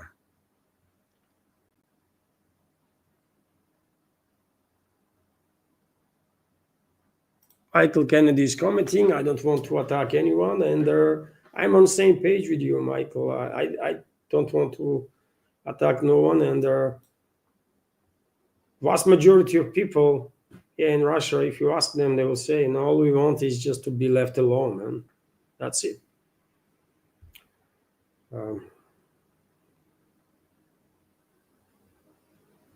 Unfortunately, Western elites, they are living in their own world, and they don't care.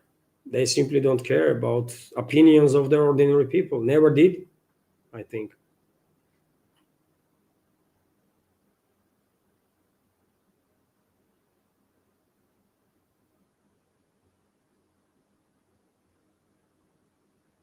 Oh, interesting commenter.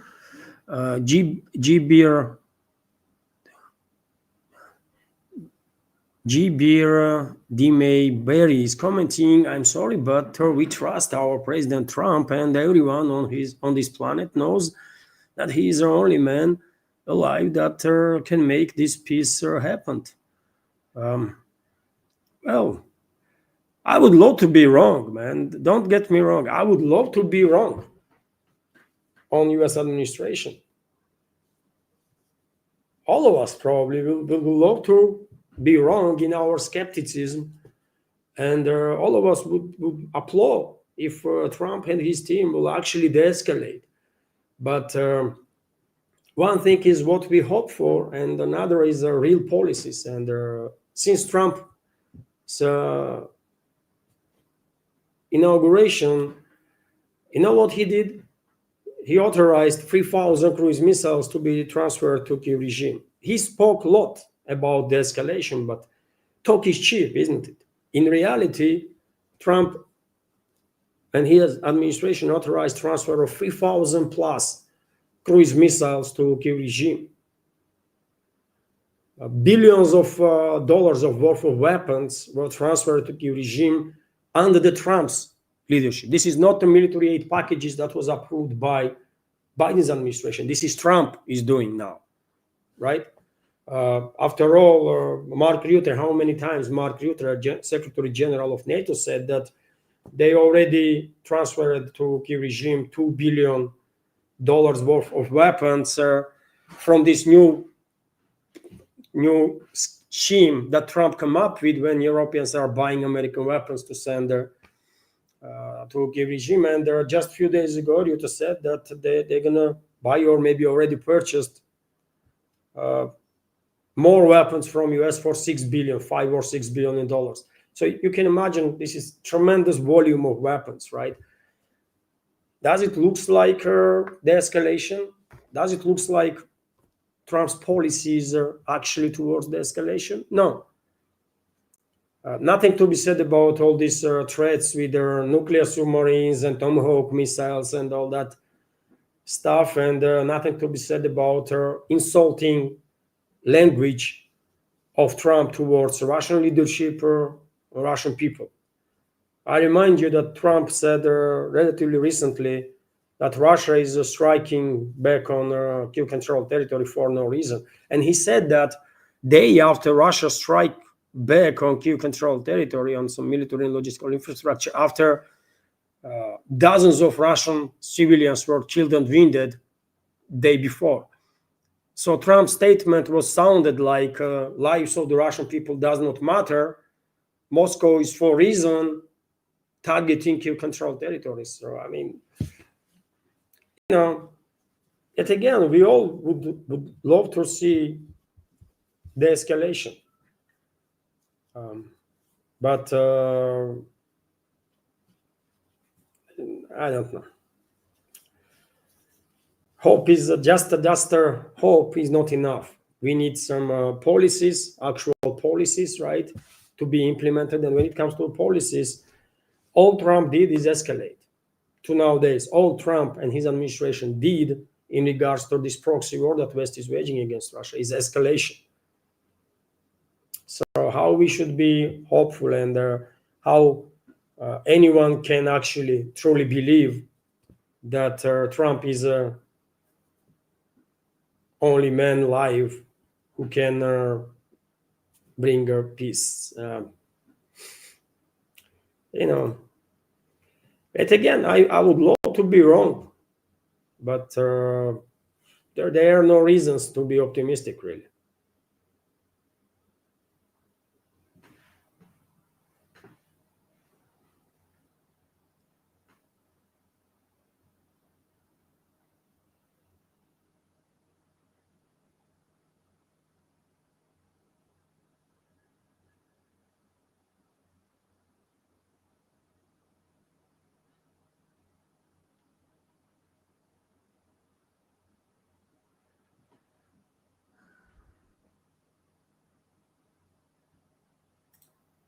Smoky Sally is commenting. Thank you for your work, Luan. And thank you very much for your kind words, Smoky Sally.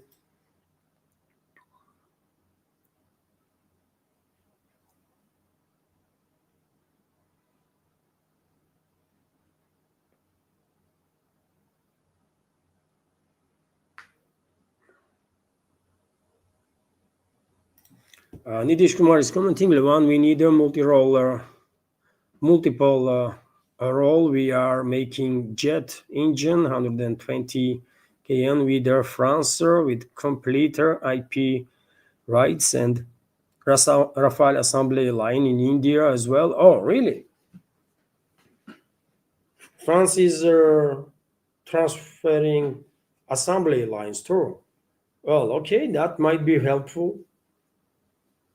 That changes the calculus if you will get some technology transfer from France. Even downgraded version of the Rafale, still good fourth generation fighter jet, 4+ even. So it makes sense in some ways. But yet again, you're gonna rely on France for updates, for constant updates and stuff. And you think France is going to be reliable ally in this? you know, when Russia gives you weapons, it's your weapons, right? These weapons no come with no strings attached. You do whatever you want to do with these weapons. That's how it is, man. Of course, there is agreements in place that you cannot resale these weapons without Moscow's agreement. That's a standard in every case, right? But you know, Western countries, they always attached strings to gain some political influence, right? This is just historically a way that Western regimes operate. And yeah, India will pay otherwise, not just by money, but also by losing a little bit here. It's sovereignty, because you're gonna rely now on French supplies, and I don't think French gonna give you capabilities to build everything there in India. You might receive some parts from France and then reassemble in India. That's not really local production, while Russia might go far beyond that and transfer technology so that India will be able to produce most of the plane there in India, including engines, by the way. Engines also a big deal. But yet again, it's up to India, by the way. Obviously, I would like Russian planes to be brought by India, not to French planes. But if I was French, by the way, I would say, well, you know, by French, not Russian or not American. It's a subjective. It's subjective stuff, isn't it? Obviously, it's only up to India what they think is necessary for their defense, for the enhancement of their military capabilities, basically.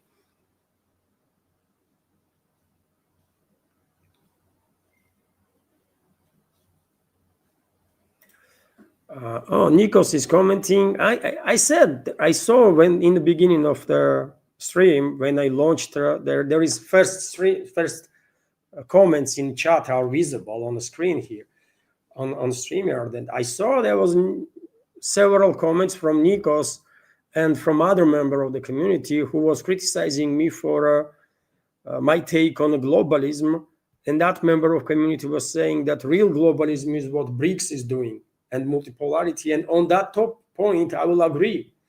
But when me and many other commentators in alternative media are talking about globalists right now in context of Western elites, we mean, I don't know what others mean, but I mean this hostile movement that is led by European aristocracies, European financial, political elites, right, to control, to dominate.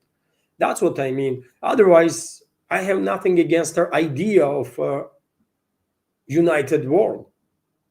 Nobody has anything against it, right? But unfortunately, this noble idea of unification of the humanity was weaponized by European aristocracies, European elites, so-called Western elites, let's say, right? And then used against the very same world. Otherwise, and I'm describing them as globalists while they are not really for unification of the humanity. No, they are exactly the opposite. They want to divide and conquer. That's their historical strategy, right? So I take that criticism, but same. In other hand, that's the terminology that was adopted to certain forces in the West, right? Certain dominant forces in the West, and if I start now using different terminology, then every time I mention them, I have to go through explanation, and it will just take too much time. And to say globalists, it's easier. You straight away pointing at a certain group, right? Otherwise, yes, I take that criticism that true globalism is actually what BRICS is doing, multipolarity that brings more and more countries together respectfully. Yes, and that's the way to go forward, of course. And Nikos is now commenting And there was Nikos's comment too there. And Nikos is commenting now, you are lucky that I had a break for lunch and saw the issue. What I said was that I am too busy to watch your live streams, Levan, but I give you my support. I'm glad those ships did not sink. Thank you for sharing, Nikos. Um, have a nice day. You had a break. Probably you are at work at this point.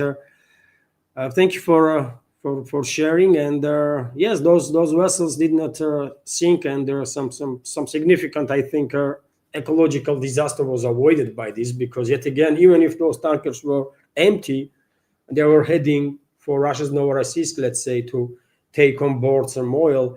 Those vessels always have like hundreds of tons of fuel, anyways, right, to power their own engines. And if these hundreds of tons of fuels end up on the sea, of course, eventually that will harm significantly ecology there. But fact itself that vessels were targeted this openly, that's a whole different story. Of course, that's a very dangerous story. And I think next week we might actually see kind of change in Russian strategy, and maybe we will see targeted strikes now, concentrated targeted strikes on portal infrastructure of the Kiev regime, all along the Danube River and also on the coast of Black Sea. I think this might happen when several hundred, not dozens of drones or few missiles, no, when hundreds of drones are at once directed at Terkilia port, Ismail port on the Danube River, or towards Odessa port on the Black Sea. So after one strike, there is no portal infrastructure left. Maybe this will happen now, and the Kiev regime would not be able to receive any vessel whatsoever, either through Danube or through Black Sea. Something has to be done. I mean, Moscow cannot ignore these terrorist attacks. That's for sure, right? And yet again, Kazakhstan and Turkey, both countries expressed their concerns and sent their veto of protest to Kiev regime due to this terrorist attack off coast of Turkey, by the way. You know. And Nikos is also commenting, also, I am sorry that their utter embarrassment that my government is hosting Zelensky. Greek people were protesting through. Interestingly, most of them were from our Communist Party. Yeah, that's interesting. Yeah, thank you for your support, Nikos. You know my attitude towards Greece, towards Greek people, and it's not just my attitude. That's our attitude here in Russia. Greek people are our brothers and sisters. We are Orthodox Christians, and this is how this makes us big family, right? Our religion connection, and it's a serious stuff. And well, it is unfortunate, tragic, I will say, that British elites managed to, or Western elites, let's say, managed to establish their regime in Greece, right? Unfortunate, but yeah, I mean, Greece is not alone, isn't it? They did it all over Europe, so it is unfortunate that due to this regime in Greece, relationships between the two countries are probably on lowest level ever. I don't think Russia-Greek relationships were any worse than it is now. Maybe during a fascist regime in Greece, that was supported yet again by the West, right? But other than that, probably we are on the lowest level when it comes to bilateral relationships between the countries. But when it comes to people, I don't know what Greek people think, but here in Russia, you're not gonna find their hostilities towards their Greek people.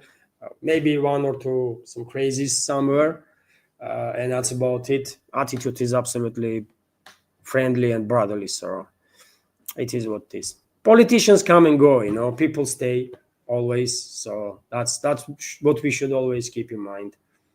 So don't worry about Zelensky being greeted in Greece. Zelensky and all the others gonna disappear soon, while people gonna remain, right? Nations gonna remain. So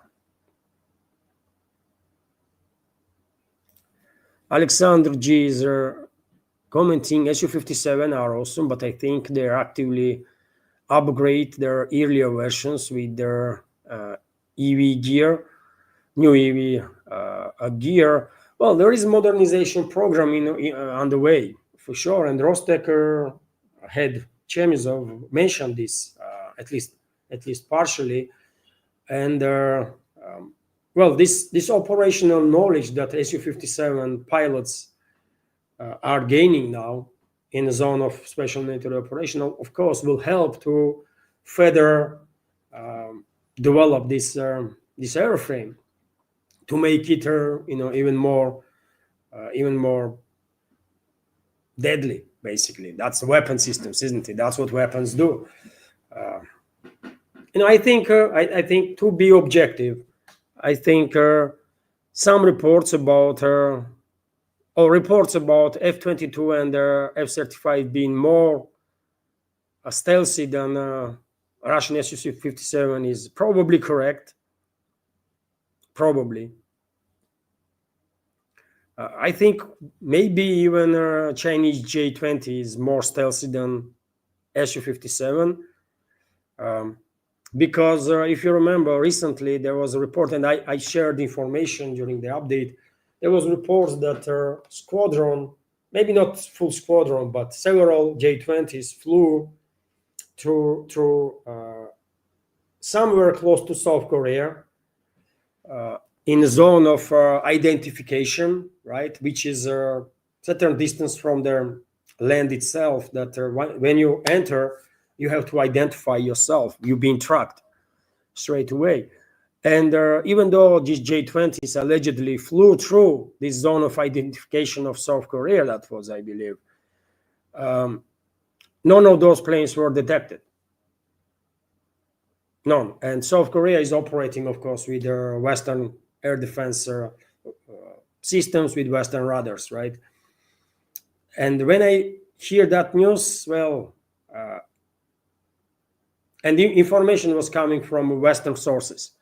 So therefore, probably, if anything, those Western sources try to downgrade capabilities of J-20, not to uplift it, right? So therefore, after that report, I think we can safely say that J-20s are also quite stealthy planes, maybe more stealthy even than Su-57. But yet again, this recent report of Chemizov that Su-57s are successfully operating in the zone of special military operation, where very same American Patriots and German IRIS-Ts are operating, well, that also gives us a sort of indicator that, you know what, maybe there was a general understanding or generally accepted position that Su-57s are not that stealthy, but well, if Patriot radars cannot detect it, if IRIS-Ts cannot detect it, and if Su-57s doing their job there without ever being noticed, then probably they are quite stealthy enough, isn't it? And of course, additional update on these planes will make them even more sophisticated. So, but what we'll agree probably is that Su-57 is definitely a great looking plane, man. It's a wonderful plane. In my personal opinion, best looking fighter jet ever built, for sure, man. It's a crazy looking plane, man.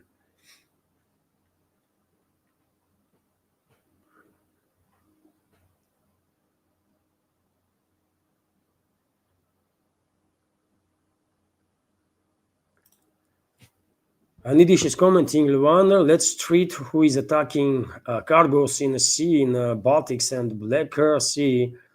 Uh, they must be treated like how pirates are treated. Well, they are terrorists, right? They are terrorists, and should be treated as a such. Although we know who is attacking, right? All these maritime attacks, all their attacks on southern sectors, basically, and also in the Black Sea, are conducted by British under their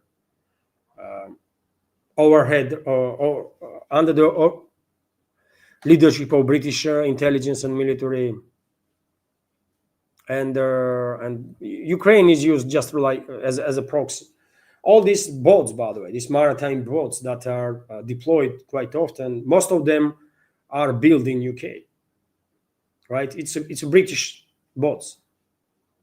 Most of them are built in UK. Some of them are reassembled inside the Q control territory. But all these attacks, all this terrorist activity in the southern sectors and in the Black Sea is orchestrated and led by British militaries and their intelligence. It's well known, well established fact, by the way. I don't think anyone will dispute this, right? And well, okay, we have established that yes, this is not just Kiev regime but also UK, British military and their intelligence, and they are maintaining plausible deniability, isn't it? What Moscow can do now, you know, what Moscow can do about it, even if we know it's UK, what we're gonna do about it, right? That's the question. Probably there will be Russian retaliatory strikes, literally in days, in upcoming days, on Ukrainian ports, on Danube River, also in Odessa region, Nikolaev. Okay, but it would not stop UK, isn't it? It would not stop British intelligence and militaries. So they will continue. They will continue, and yeah, they should be consequences for sure. But we have to be careful. Sometimes I can go emotional, and sometimes I can use some strong words. Let's strike back. Let's take out MI6 headquarters and that kind of stuff. Yes, it's easy to say, by the way, but UK is nuclear country, right? Nuclear armed country. So therefore, before you do anything, you need to make sure that you are taking out nuclear capabilities of this country first and foremost, and then you can actually work on something else. That means full-scale assault, and we don't need that, isn't it? We don't need no freaking war, man. We need de-escalation, not an escalation. So yet again, I mean, hopefully Russian leadership will navigate all this difficult, extremely mined terrain, geopolitical terrain, in the best way possible. And if sometimes we don't understand some stuff, for example, restraint of the Kremlin and so on, we should leave a window for possibility that we don't understand because we just don't have enough information, because most likely that's exactly the case. If we knew what they know, probably we would act the same ways, maybe.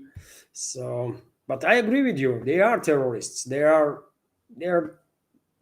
pirates. They are not even pirates, they are terrorists, by the way. To attack two civilian vessels, that's a terrorism. That's act of terrorism, literally, right?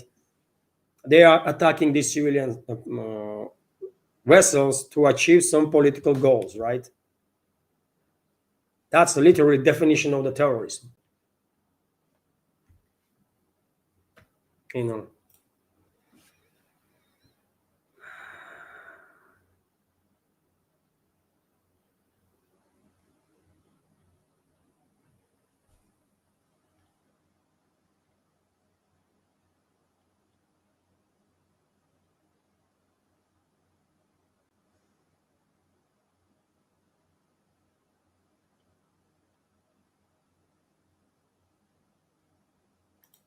Alexander G is also commenting, Russia does give military escort to their ships in the Black Sea. Yes, I guess that's one way to go. In the Black Sea, to escort vessels is more difficult because of these maritime drones, by the way. They are tiny, and most of their big vessels are not really adapted to deal with these tiny targets, right? Radars of the vessels, no matter it's a Russian warship or German warship or American warship, their radars or sonars may not pick these small, fast-moving boats. They might even not notice it. They might hear some noise, or they will obviously hear some noise, but to have a firing solution, but to track it, have a firing solution, and so on. You need an entire system to be built in a vessel, right? For this point defense from their maritime drones. And I don't think there is any vehicle, any vessel, any warship in the world right now that is actually equipped to be protected from these maritime drones. This is new type of warfare, right? And it will take some time before navies will adapt. And therefore, Russian Black Sea Fleet, I don't think Russian Black Sea Fleet is able actually to provide guaranteed safety for these civilian vessels. These Russian warships themselves may become an easy prey for these fast-moving boats, yet again, because no navy in the world right now has warships that are actually built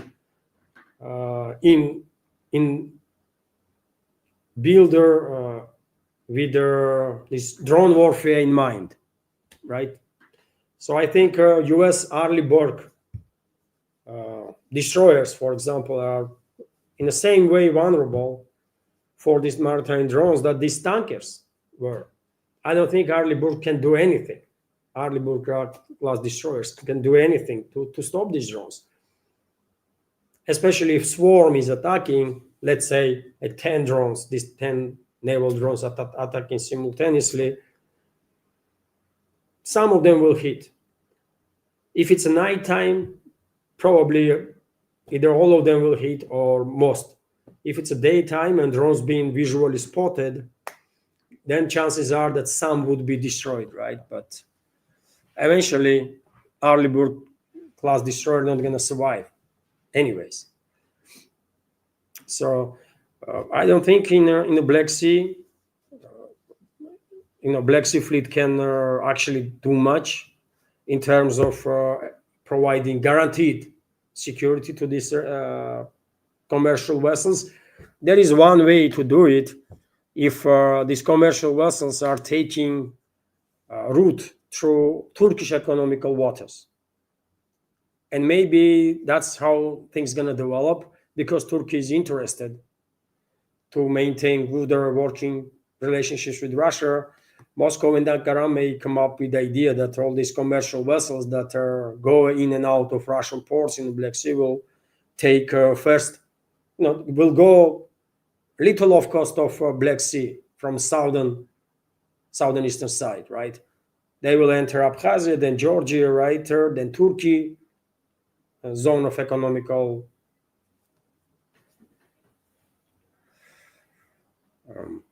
waters, and then through coastline, through Turkish Straits and Mediterranean. It will take longer, obviously. It will make route like a couple of days longer, but that way it will be safer, more safer, because I don't think London will destroy its relationships with Turkey to damage or sink one or two vessels that are bound to Russia. So maybe that's going to be a solution, that vessels that will do business with Russia will take coastal side, right, and never leave economical zone of Turkey and then Georgia. Baltics, it's a little different. In the Baltics, yes, Russian Navy should escort commercial vessels to make sure that these Baltic states not gonna come up with some piracy.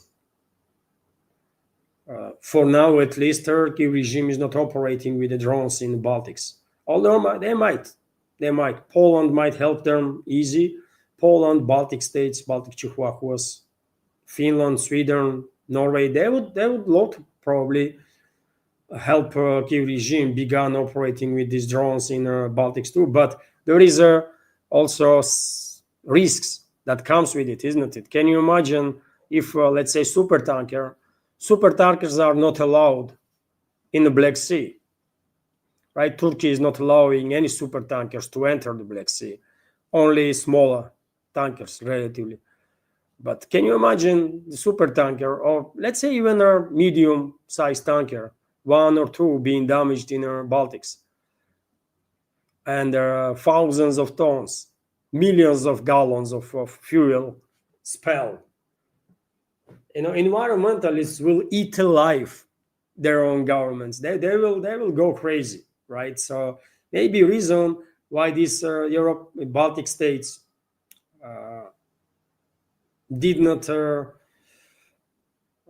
start sinking Russian ships, pretending that it's done by Ukrainians, or why they did not bring actually Ukrainians to launch these drones, is that they are afraid that these tankers, while being damaged, might destroy coastal line all over the Baltic countries. And cleanup gonna cost tremendous volume of money, and gonna take a lot of time.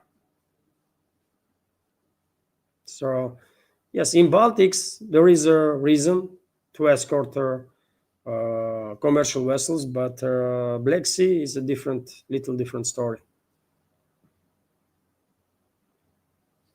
And I think I will end the live stream now. If anyone wanted to donate, would probably donated already. There is no. It's 2.5 hours, and we were planning to go for a little walk. So,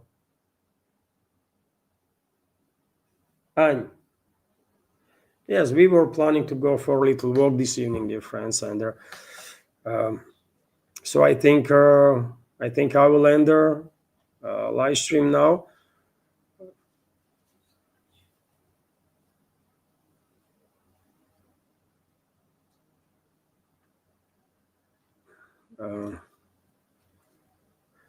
Mikal 2012 is commenting, we will see the real capacities of those planes in real combat conditions. Yes, maybe if one day F-22s or F-35s end up against Russian Su-57s.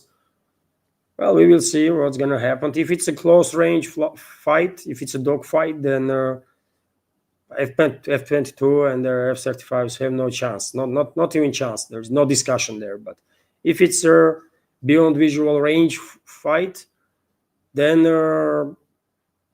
I think it's it's hard to tell in that case, right? Because stealth, everything gonna play a role. How skillful is pilot, how and which plane can detect which first, and which will have a firing solution first, and there is too many stuff. But F-22s and F-35s in a DVR will have a probably shot, right? Probably they will have a chance, but in a close range, in a dogfight, in actual dogfight, no. And I think based on reports that I have seen, and all of you probably, longest kill, air-to-air kill, belongs to Su-57, right? Some say it was MiG-31, some say it was Su-57. Because operations of Russian aerospace forces are classified, we don't know, right? But there are reports that Ukrainian plane was shot down some 200 miles away, on a distance of 200 miles, by one of the Russian planes with a hypersonic missile. So maybe after special military operation ends, we will learn some more about Russian aerospace forces operations.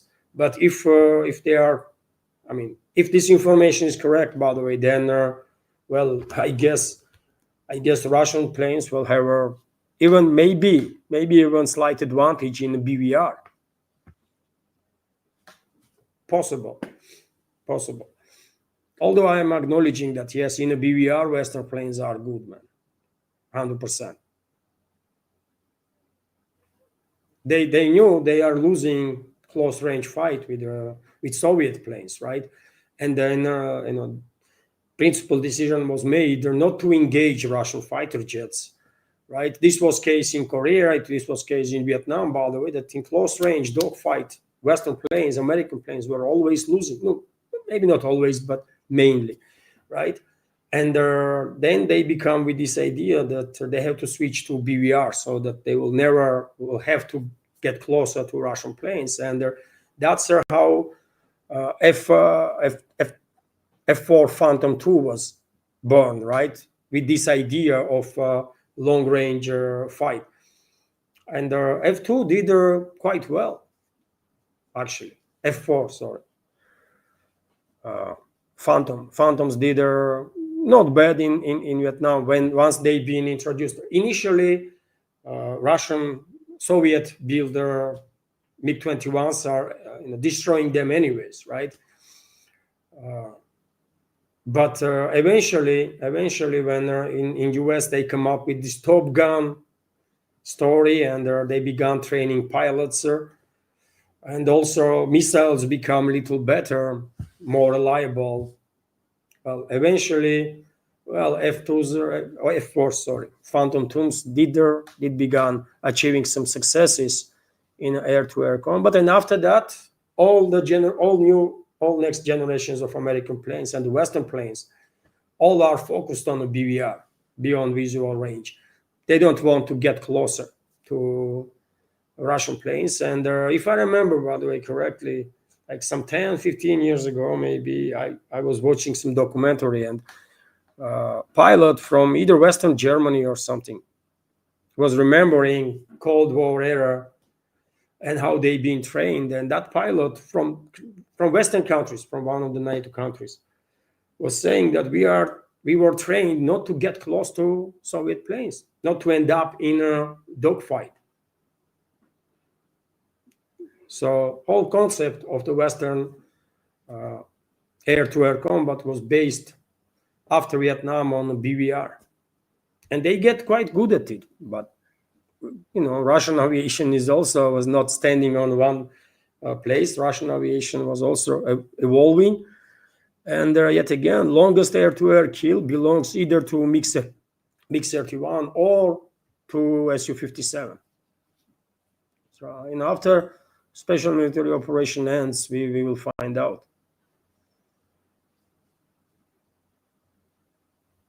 And Michael Kennedy is commenting also. I mean, many of us love aviation, isn't it? SR-71 was a beaster, but incredibly high maintenance just to fly. Well, it's still a beast, by the way. SR-71 Blackbird is a very cool plane, man. It's unique plane, absolutely unique plane. Probably best surveillance plane, one might argue, ever built. Some might say U-2 is the best. It's a classic, isn't it, U-2? But I think SR-71 definitely reached the levels that no other plane even scratch. Of course, there was modifications of Russian MiG-25s that were surveillance planes, right? They were modified to do some surveillance flight, and they had done quite an impressive job, by the way. In 60s and 70s, Russian MiG-25 spy planes were flying over Israel like nothing, right? And none of them were shut down. None of them, right? Like SR-71s were flying quite often either in Soviet airspace or close to it. And there was attempts to intercept a couple of times. SR-71s never succeeded. those attempts. U-2 was shut down, but SR-71's no. So it's a beast, man. It's a unique plane, absolutely. These SR-71s, and U.S. Aerospace industry has played great deal when it comes to developments, isn't it, of aviation. Not just let's be objective. Soviet Union had their great planes. Russia has a great planes, but U.S. had and has great planes. UK, by the way, used to build great planes, not any longer, but UK used to be power country that can produce actually impressive fighter jets, right? Germany before during the Second World War was impressive in terms of um, aviation, for sure. Of course, first jet fighter was created in Germany, and many first things were done by German engineers. But after war, there was attempts in Germany to maintain some aerospace industry in terms of building military planes, but they never really never really achieved much success. Best plane Germany come up with, together with other European countries, is probably, I mean, during the Cold War, it was probably Tornado, right? It was like British, German, or Italian manufacturing stuff, isn't it? Combined something. And lately they are building Eurofighters, right? Nowadays, also a quite good plane, but yeah. Nowadays, Europe is France is producing Rafales, Sweden Saabs, but yeah, when it comes to Air Force, of course, most, especially jet era, of course, most advanced equipment was built by Soviet Union and US, and very impressive weaponry, of course.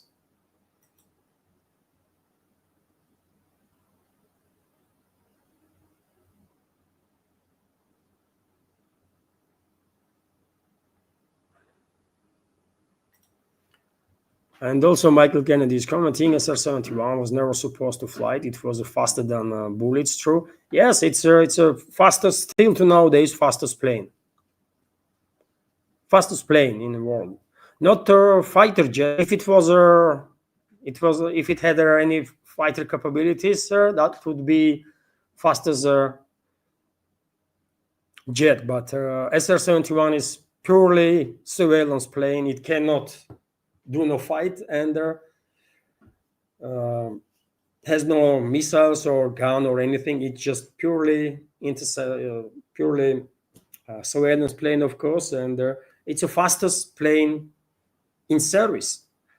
I think they still are in service. Modified versions of SR-71 still in service, isn't it, in the US? Even U-2s are flying, by the way. Modernized U-2s still flying to nowadays. So yes, the incredibly fast planes, by the way. SR-71 is the fastest plane, and MiG-25 was fastest fighter jet, and now fastest fighter jet is MiG-31.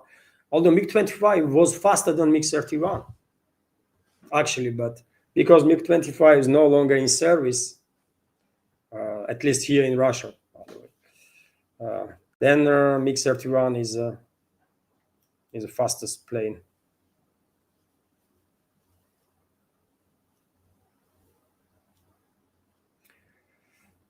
So, dear friends,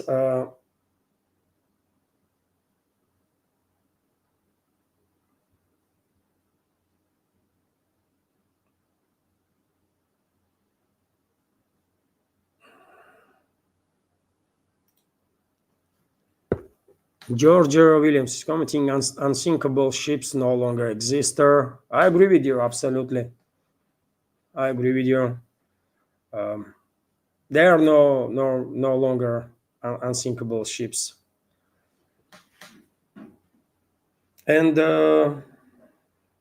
well, I will end this live stream now, dear friends.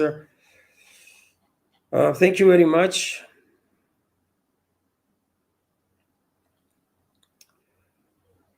Thank you very much, dear friends, for your attention. Many thanks to Alexander G. And there was only a donation from Alexander G today, $10.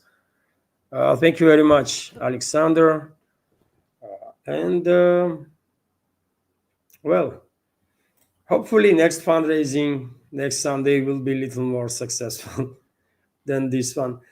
Thank you all, dear friends. Have a wonderful day, and see you tomorrow. Bye for now.